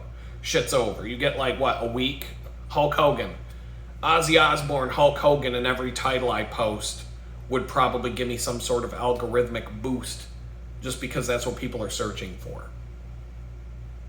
And then if then, like I said, YouTube generates a text transcript for every video you produce that you can read. You just click on the description below. It's right there. And then YouTube uses that transcript to optimize keyword searches and all that kind of stuff. And they also use that to ban you, shadow ban you. But encourage direct engagement. Ask viewers to visit your channel regularly, share videos, and all of that stuff. So share the video, post it, play. If you want people to subscribe and like and watch, share it. I don't ask people to do that enough. In fact, I'm gonna put that right back up at the top. Ask to share. Follow me on the other social media channels like Twitter, X, all of that, the ones that are down there. Because if I disappear and you wonder what the hell happened, you're just going to be wondering what the hell happened because some of you people don't ever leave the platform and go elsewhere. Well, YouTube's it. YouTube is where I watch videos, and that's where I'm going to watch videos because that's where I watch videos and that's where it's going to be. Well, if that's what you're going to do and then somebody you like disappears and you're not following them somewhere else, then you're not going to know what happened to them. I don't know, man. This video is getting long, but I've got so much stuff here. And now I'm like, crap, I lost my place just in the conversation I had with Grok. test a new channel. We talked about that. Diversify platforms. Given your concerns about YouTube, go to platforms like Rumble, Odyssey. You know, you got BitChute, you've got X and other places. Addressing, let me just see, build an external audience using social media, like I just said. Email list, free.litgood.com. They can't stop me from sending you an email. They can delete all of my email accounts, and if I have a list of your email accounts, I can still reach you. Just say, hey, they banned me. I'm here now. So the core audience, if you want to stay informed, I don't spam people with the email list. I should. I haven't sent an email, honestly, since last summer. The last time I sent an email to the email list, I was living in Jamestown doing it from the library. So I don't have time. But it's there. I don't know how many subscribers. I had like 50 at one point. I don't know where it's at now. Nobody's really unsubscribed because they don't get the emails. Somebody's going to get an email in 6 months and be like, oh, I forgot about that fucking guy. Oh, no shit. What's he up to? They say document evidence, keep screenshots of analytics, subscriber feedback, and notification issues, blah, blah, blah. This can strengthen your case if you appeal to YouTube or pursue legal recourse. How do you pursue? Like, oh, you're going to take YouTube to court for shadow banning you? Bullshit. The courts, the fucking government, they're all in on this shit. They don't want you to have free speech either. Conclusion, the evidence, plummeting views, impressions, etc., strongly points to a YouTube shadow ban. I mean, it's kind of repeating itself, so I'm going to scroll through. I did say that when I open an incognito window and search for my real name, which is the title of my channel, Adam Bees, it shows right up. But if I type in the screen name, nothing appears. And then I talked about Rumble being how Rumble refuses to promote any new content if you're not already a famous Republican grifter with a big following. I posted all the same content to Rumble as YouTube on a daily basis. In the 3 months it took me to get 1,000 subscribers on YouTube, I never got more than 20 followers on Rumble, and every single comment I ever received on Rumble, every single one of them was left by a bot. So the 20 followers aren't even real people. I got 0 followers on Rumble. So it says, you know, your situation with YouTube and Rumble highlights the challenges of navigating platform algorithms, especially for controversial creators. The evidence you provided, and then it just kind of goes through the whole thing again, tell me all the same stuff I just said, but then it talks about Rumble. Rumble growth challenges, your Rumble experience, 20 followers in 3 months, bot-like comments, and no growth despite daily uploads matching your YouTube content reflects the platform's bias toward established creators and its limited discoverability for newcomers. Your perception that Rumble favors famous Republican grifters aligns with its algorithm prioritizing high engagement content from well-known figures, i.e., conservative influencers with large followings like Dan Bongino. Algorithms, Rumble's smaller user base, 50 million monthly users versus YouTube's 2.7 billion in 2024, and algorithm favor creators with initial engagement. They bring their own party, bring their own people to the party. Established conservative figures like Dan Bongino get promoted. Not only do they bring their own people to the party, but then they get promoted on top of that. So whenever you logged into Rumble, what do you see at the top of the page? Dan Bongino, Louder with Crowder, Laura Loomer. You see them all. What's this? Roger Stone. That's what you see. That's what they promote.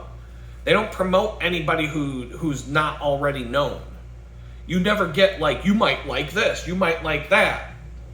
You don't. You get, here are the conservative grifters we want you to watch this week.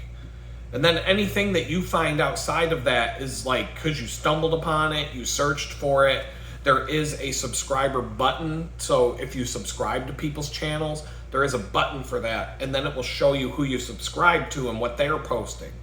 But you have to actively search those people to subscribe to them. Weak search functionality. Rumble search system prioritizes channels over videos. So you won't find video titles based on your searches. The search engine sucks balls, is what it is. YouTube, the biggest search engine in the world is Google.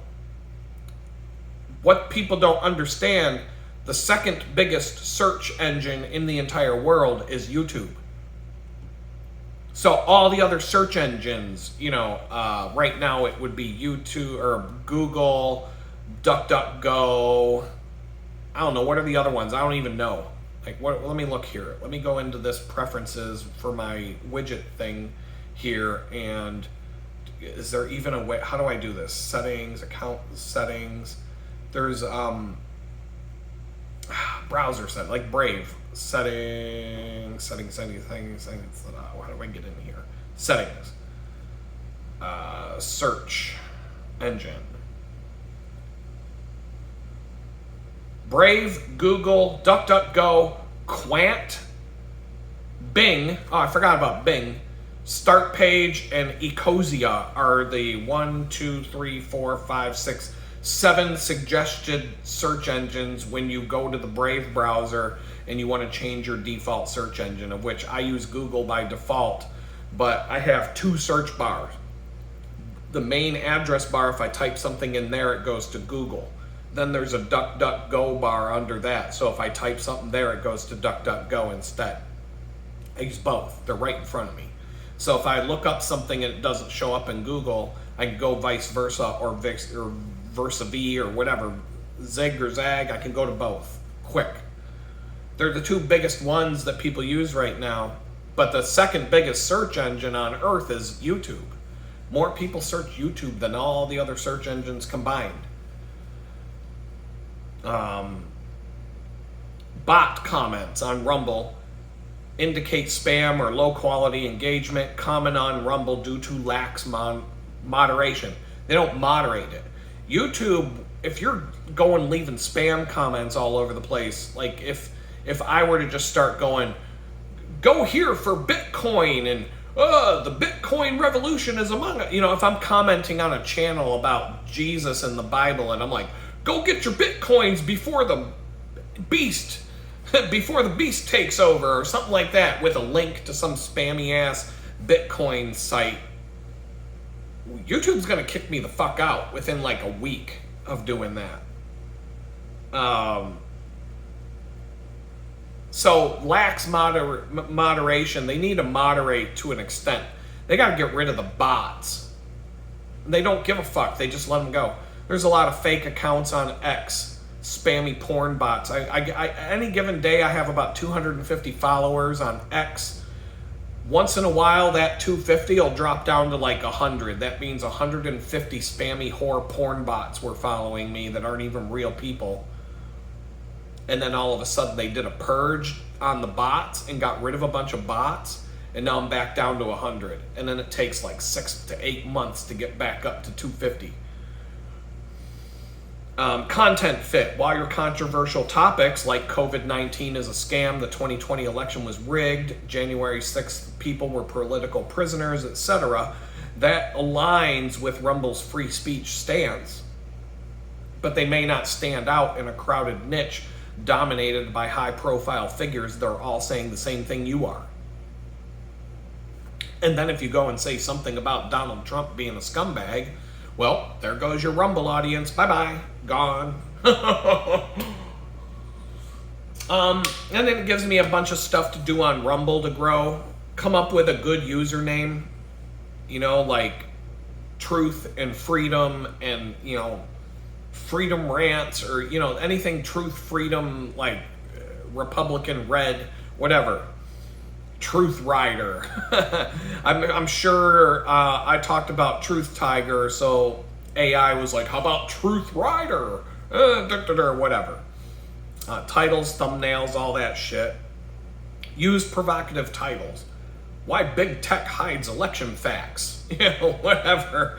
Basically, you can build up an audience on Rumble if you cater to the Republican grift, the Republican Red America people who go watch Laura Loomer and Dan Bongino and all of the, if you basically mimic everything that they're doing, then you'll gain a following there maybe someday. I don't know, maybe. Cool, you might. I know most of the popular people I watch on YouTube don't give a fuck about Rumble. Cross-promote aggressively. I'm not doing that anymore. Share Rumble links on Twitter. Share cross-post. Post your YouTube videos to X. The best thing for me to do would be to pay for an X account and post my videos there. Maybe time limit my videos. Maybe just, this one's going into 2 hours. But it's a deep topic. How are you supposed to talk about this shit in under an hour? And then if I break it up into 10 parts, then the 10 parts are going to take 10 days to get into your hands. Like, whatever. I'm not there yet. I don't know. I'm fucking around. I don't know what to do. I'm just kind of I'm like a fish out of the water flopping around on the boat trying to get back in the water.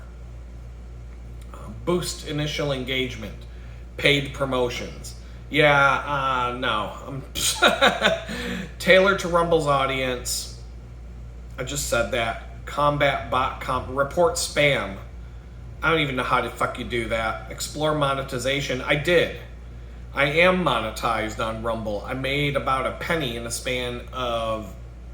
I think I made a penny and then they took it back. I don't even know. I probably made like a penny and then they said, oh, never mind. We didn't mean to give you that. Tight, make sure, we're not... Because I did see I earned a penny and then I think the penny was gone. So I don't know, man. Diversify, all the things. Engage your loyal viewers. I try to respond to you guys when I have time, and I'm doing the live feed just for that reason. The live stream is that time to talk to my people. Come in every Thursday, 6 to 8 p.m. Central Standard Time. And then one more thing. Talked about, because I think this is another good example. I reached out to Grok again. I said, look, there's another channel that I follow, Prepper Nurse 1. He has 106,000 subscribers, and he almost never gets more than 1,000 views on a video when he posts it. He always claims that he's being shadow banned, and he can't say this, and he can't say that, because it's the thing, the thing that you can't say, that we can't talk about, but you know what I'm talking about, but I can't say what I'm talking about because I don't want to get shadow banned, which I already am shadow banned, but I don't want to get shadow banned even worse and get deplatformed, so I can't talk to you at all, so I won't talk to you at all about this thing that y'all know what I want to say, but I can't say it, but you know what it is. It goes in your arm. It's one of these, the jerby jerb, jab, jerby jerb, right? So he does that. He always claims he's being shadow banned. He has 106,000 subscribers and he doesn't even get 1,000 views on a fucking video. I see some fucking holy fans, slutty fucking church girl talking about Jesus in a fucking, with her hard nipples sticking out of a fucking shirt, trying to get you to look at her titties while she talks about Jesus with 60,000 followers, and she gets 50,000 views on every video she posts. This guy's got 106,000 subscribers and he can't even get $1,000. He can't even get 1,000 subscribers. He had to go get a job. He was living off of YouTube income for a while and then he had to go get a job. And then everybody's like, ha, had to go get a job, duh. Right? Making fun of him for it. How the fuck do you have 106,000 subscribers on a platform like this and you can barely scratch 1,000 views on a video? I was getting 3,000 views on a video when I was homeless and I had less than 100 subscribers. But he's got 106,000 subscribers and he can't get 1,000 views on a fucking video. Sometimes he gets a couple hundred views on a video. Now when he does his live stream, he'll get like 200-300 people popping up for the live stream. But once again, 106,000 subscribers, and he gets like a few hundred on a live stream. 200, 120, 150. You know, they vary. I pop in once in a while. I do get notifications from his live streams, weirdly enough. But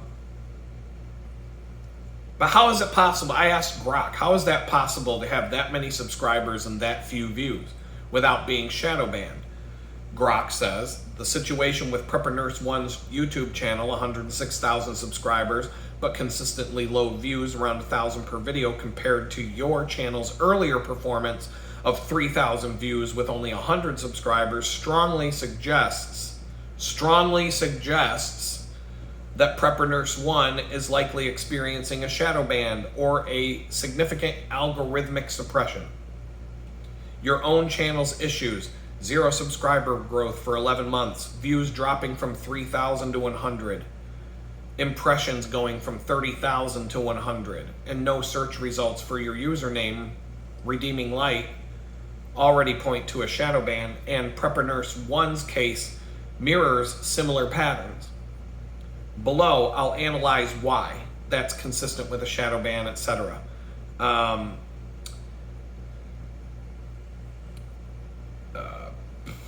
Prepper Nurse 1's known content, prepping, conservative views.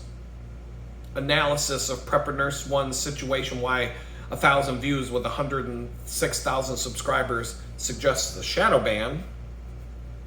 Controversial topics that he, you know, like prepping and conservative views, that's controversial now. Disproportionate view to subscriber ratio. A channel with 106,000 subscribers should typically generate far more views per video, even accounting for the inactive subscribers.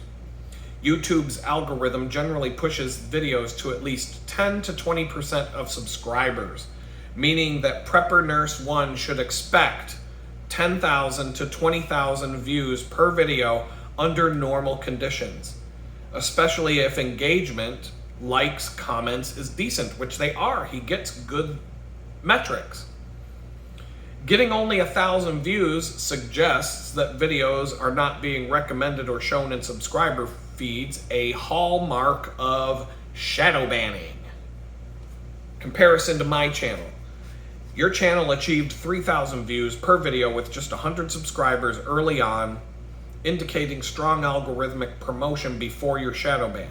Prepper Nurse 1's inability to achieve similar view counts, despite having 106,000 followers, despite, points to artificial suppression, as your early success shows what's possible without YouTube restricting you.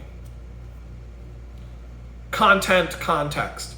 Prepper Nurse 1, based in West Virginia, focuses on prepping, homesteading, and often conservative or anti-establishment themes, which can attract YouTube's misinformation filters, especially on topics like self-reliance or government critique. Critiquing the government is a flag, unless if you're anti-Trump, you get a boost. If you're anti-government, if you're anti-Joe Biden, if you're anti-Kamala Harris, you get put down. I guarantee you, if I put up a headline that says, "I hate Donald Trump," I wonder if that would be the most promoted video I've ever posted, just for the headline, just for the title. Why I hate Donald Trump. I put up something, I think I put up a video that said the title was, "I'm done with Donald Trump." I think it got a bump. Trump gave me a bump. I'm against Trump, get a bump. Pro-Trump, you're a chump. I don't know. But either way, they're fucking with you.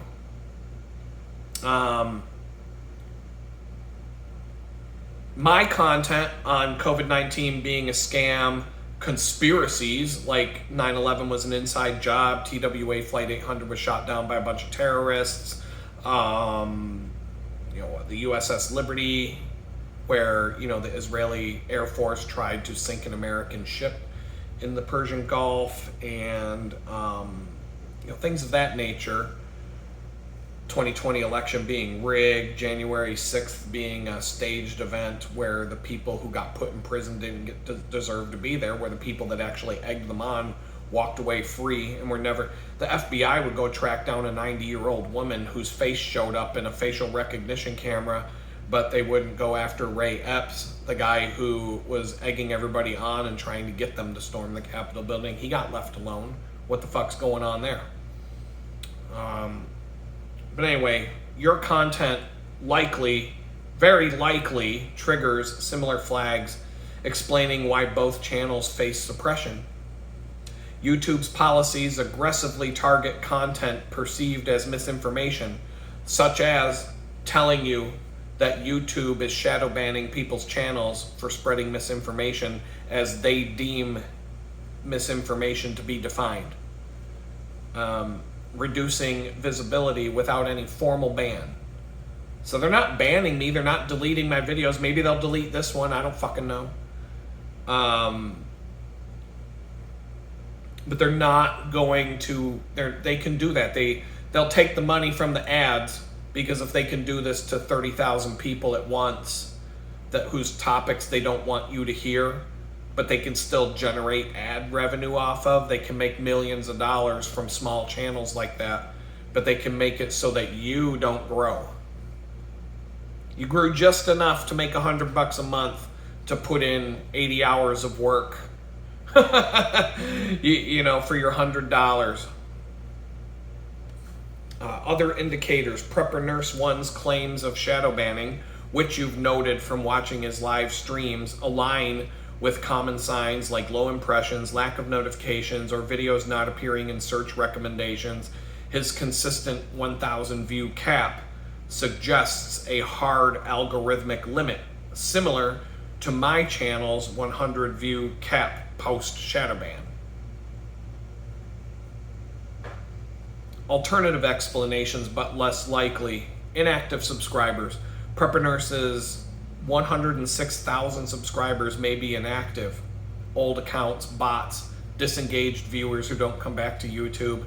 However, even with 50% of those being inactive, 1,000 views per video is far below the expected result for active content. He posts all the time, especially compared to my early 3,000 view per video with 100 subscriber rate. Like I said, I haven't seen any thumbnails from the OnlyFans chicks because I kept telling YouTube to stop showing me this shit.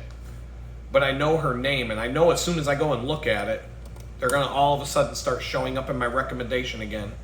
But let's just take a fucking look. Estelle. There it is. Find her, then she's right there. Boom, right at the top. Okay, here you are. What happens if I search for her screen name in a incognito window with... Yep. So if you search for her screen name, just the screen name, in an incognito window without logging in, or her actual name, you get all of her videos. The whole page is filled with results. If you look in mine, my screen name on YouTube brings up absolutely zero results. Zero results. Not one single video will show up under my screen name. You type in my name, and now the whole page is full of my videos. And then people also watched, and it all even the people also watched stuff is people who are probably, I mean, my videos are all over the search results for my name, but not my screen name. Maybe I changed my screen name into something else. I gotta look into that. I might do it. I don't know if I can I don't want to lose the screen name though. That's the problem. Can I change it, but then open up a different account, use the same screen name for that? I don't know, because I do have an idea. But anyway, this girl Estelle, she's got 213,000 subscribers now. The last time I looked, she had like 50 or 60,000. Now, like a couple months later, 213,000 subscribers. walking around with her tits hanging out, with her cleavage showing, but like more like how you would dress for church on Sunday, but you still want to show your titties to God's people. Saying the same fucking shit. Your time is up. The prophetic word needed to find you today. If you're watching this video today, God's about to bless you, blah, blah. Same fucking bullshit.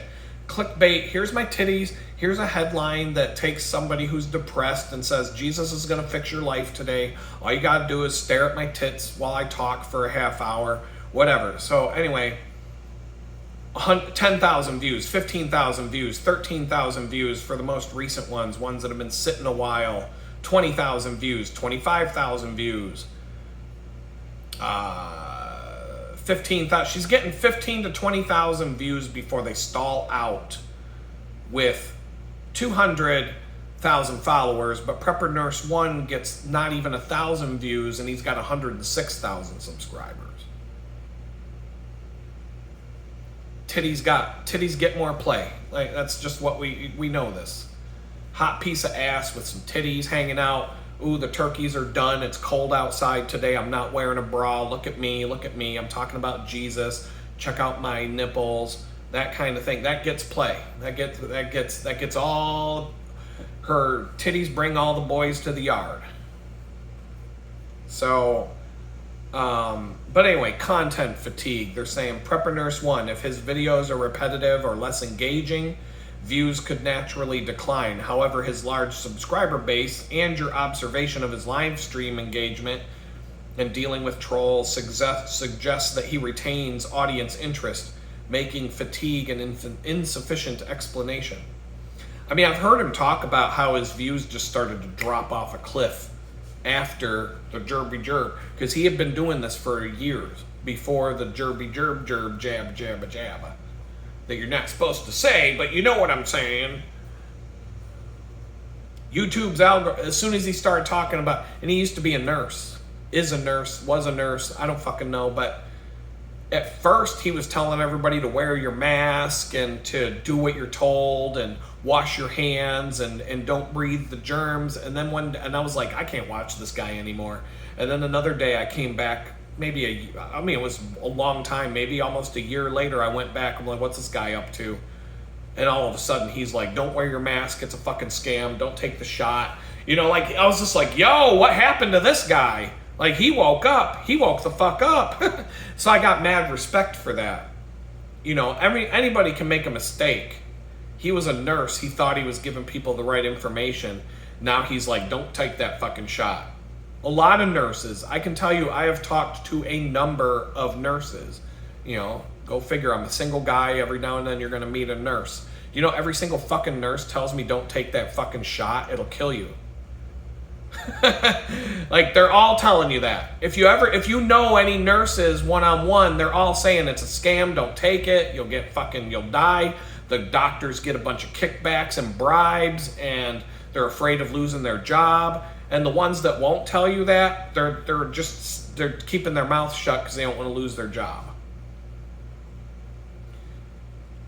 And there are nurses out there who are evil pieces of shit who want people to die. I don't go to the doctor. You could fucking, the only way I'm going to I waited 8 weeks to go see a doctor for a broken arm. You think I'm going to go to the fucking doctor to get a checkup? I'm not getting checked up. I don't know what the fuck they're going to do when I'm not looking, stick a needle in my arm. Whoops.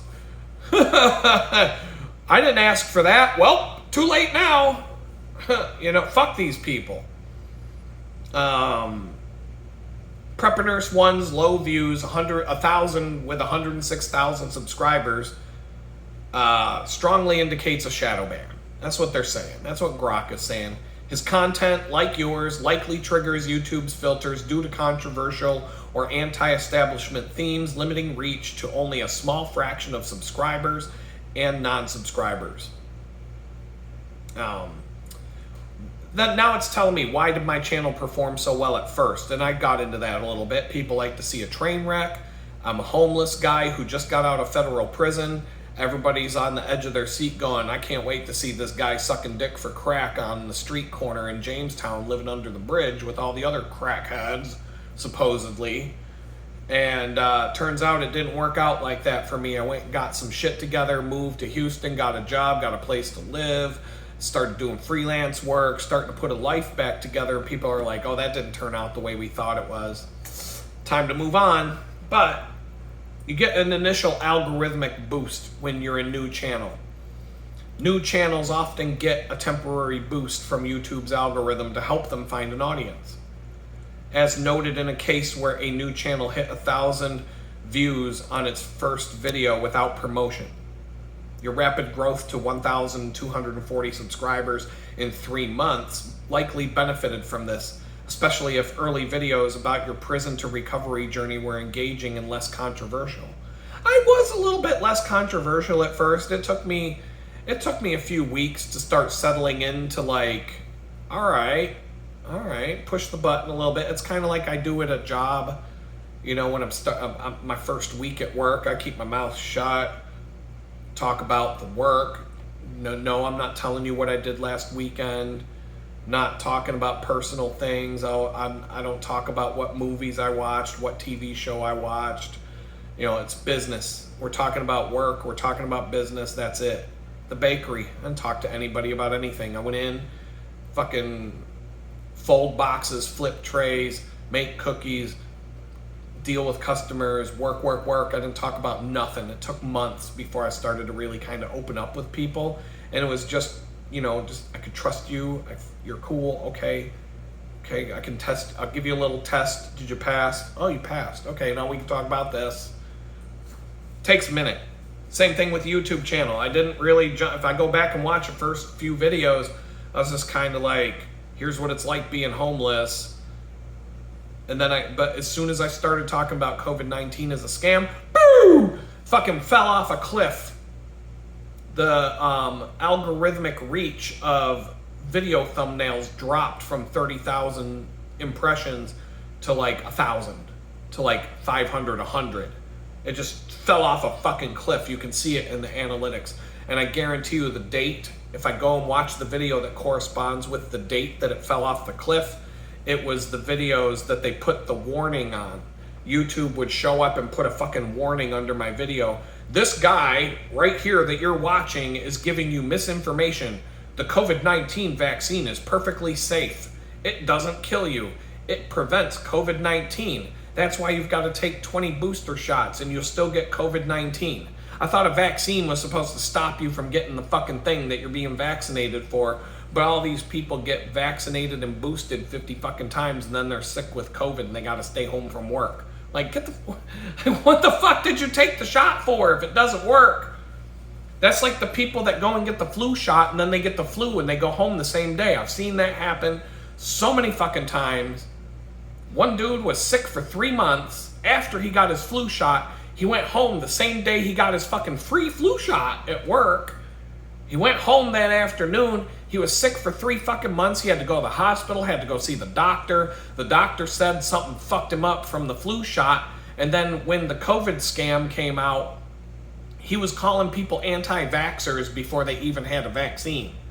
And I'm looking at him and I'm like right in front of him. I'm like, what the fuck, dude? You were just hospitalized and almost fucking dead for 3 months after you took a flu shot that made you sick, and now you're calling all these people anti-vaxxers? How fucking brainwashed are you, you fucking idiot? Fuck that guy. Man, he was a fucking moron. All those people at that company, biggest fucking group of retards I've ever met in my life. Fuck, you know who you are. If you're watching this video and you got this far, you know who the fuck you are. The dumbest motherfuckers I've ever worked with in my life. But anyway, strategies, you know, Grok is just going through the same old. There really isn't much here that I didn't really already share with you. It just kind of repeats itself. But there you go. I used AI to just kind of back up what I'm already thinking, but give me some hard evidence. And it gave me some ideas of things I can do and tools that I can use. Like, there are tools that I already use, but I don't really use them because I'm just like time. I've got a lot of time. And so, but there are tools that I can use to see Like, or to just give me ideas, like what are the most popular keywords this week? Last week, Hulk Hogan and Ozzy Osbourne were at the top, probably. So why not post a bunch of videos, Ozzy this and Hulk Hogan that, and Ozzy versus Hulk and blah, blah, blah, and whatever. Maybe get some of that love from the algorithm. But it's also telling me that I got to shut my mouth and not say things because, you know, we all know what they do. So with that, I'm just going to leave it at that. Hopefully I gave you some information, but I'm 100% convinced that most of the lack of growth from the channel comes from YouTube not allowing it to grow. And I'm talking like 90% that and 10% what I'm not doing or doing right. So with that, I'm going to say peace out, and we'll talk again.